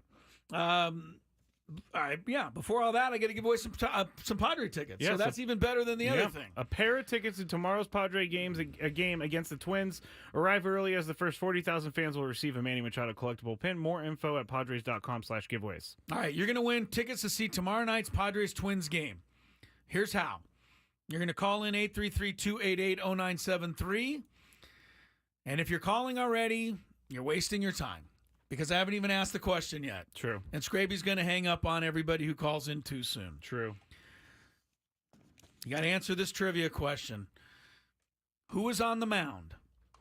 Who was on the mound when the Twins recorded the final out of their first World Series championship win in 1987? I want somebody who's a Twins fan winning these tickets tomorrow night. Why? Either what? that or a Padre fan who knows a little something about the history of the Minnesota Twins. Everybody Google. You're going to have to Google it, maybe. Either that, or if you're sharp, you might know it. You might be able to beat all the Googlers to the punch. Could be. Who was on the mound? The final out when the 1987 Minnesota Twins clinched the franchise's first World Series championship. First person correct answer, 833-288-0973. Wins tickets to see tomorrow night Padres-Twins game. Traffic now. From the 97.3 The Fan Traffic Center.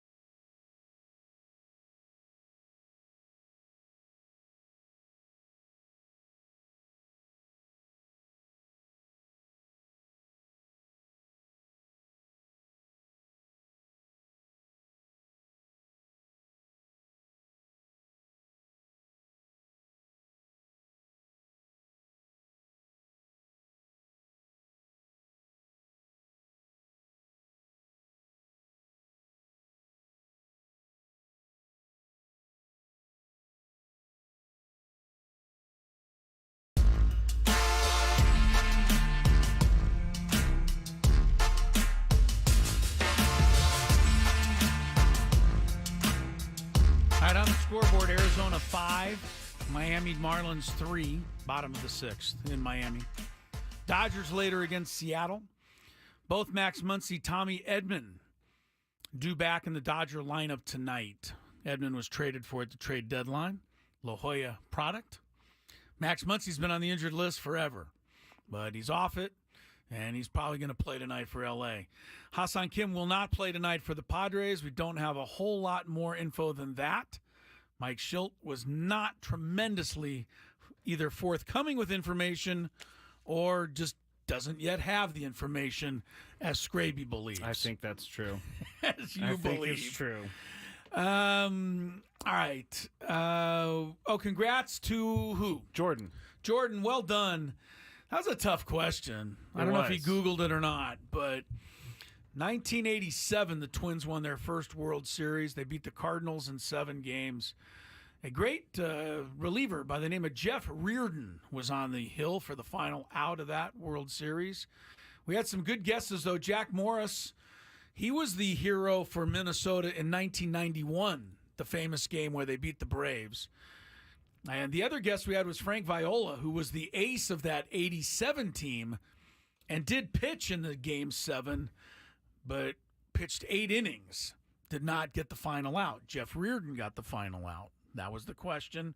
Jordan came through. Yes. Well done, Jordan. Enjoy the Padres game against the Twins tomorrow night. Don't forget to join us this Thursday, 2 p.m. live broadcast at Casa Octavio, 10th and J, right near Petco Park. Scraby and I will be there.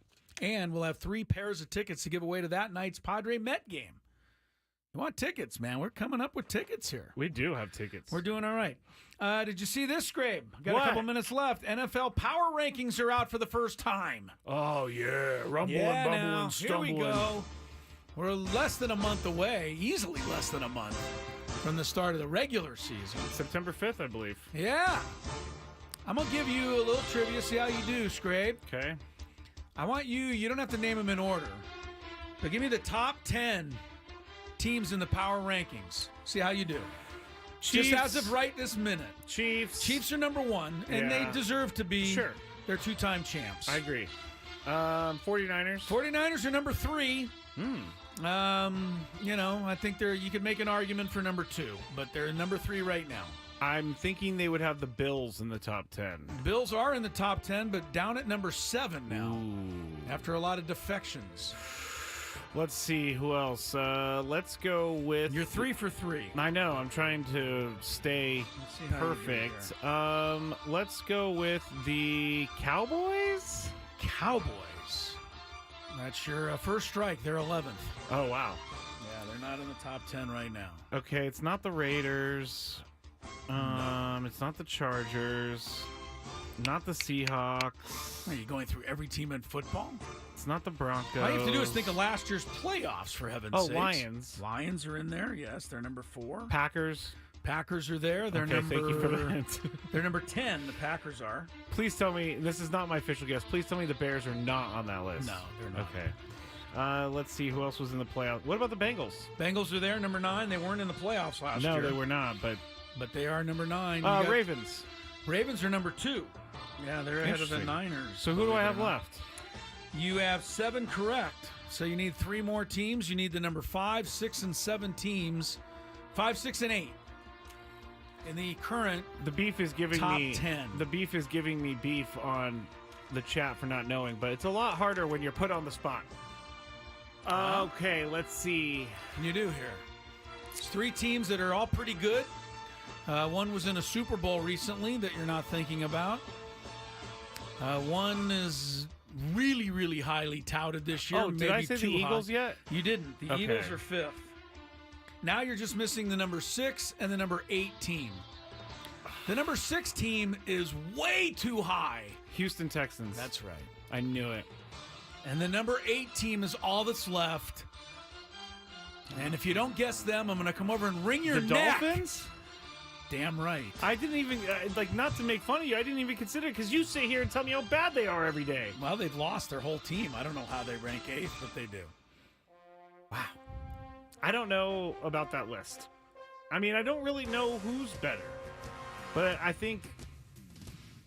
don't know. I think the Bills are going to have a bad year. Here are some teams that aren't on the top 10 list right now in order. Cowboys 11, Browns 12, Rams 13, Jags 14, Jets 15. That might be low if it all goes well for them. We'll see.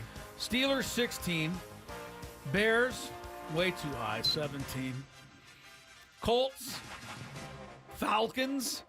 I think the Falcons are probably going to have a pretty good year just because they're in a terrible division and they picked up some players here recently. They picked up some players. We'll see what they can do with it.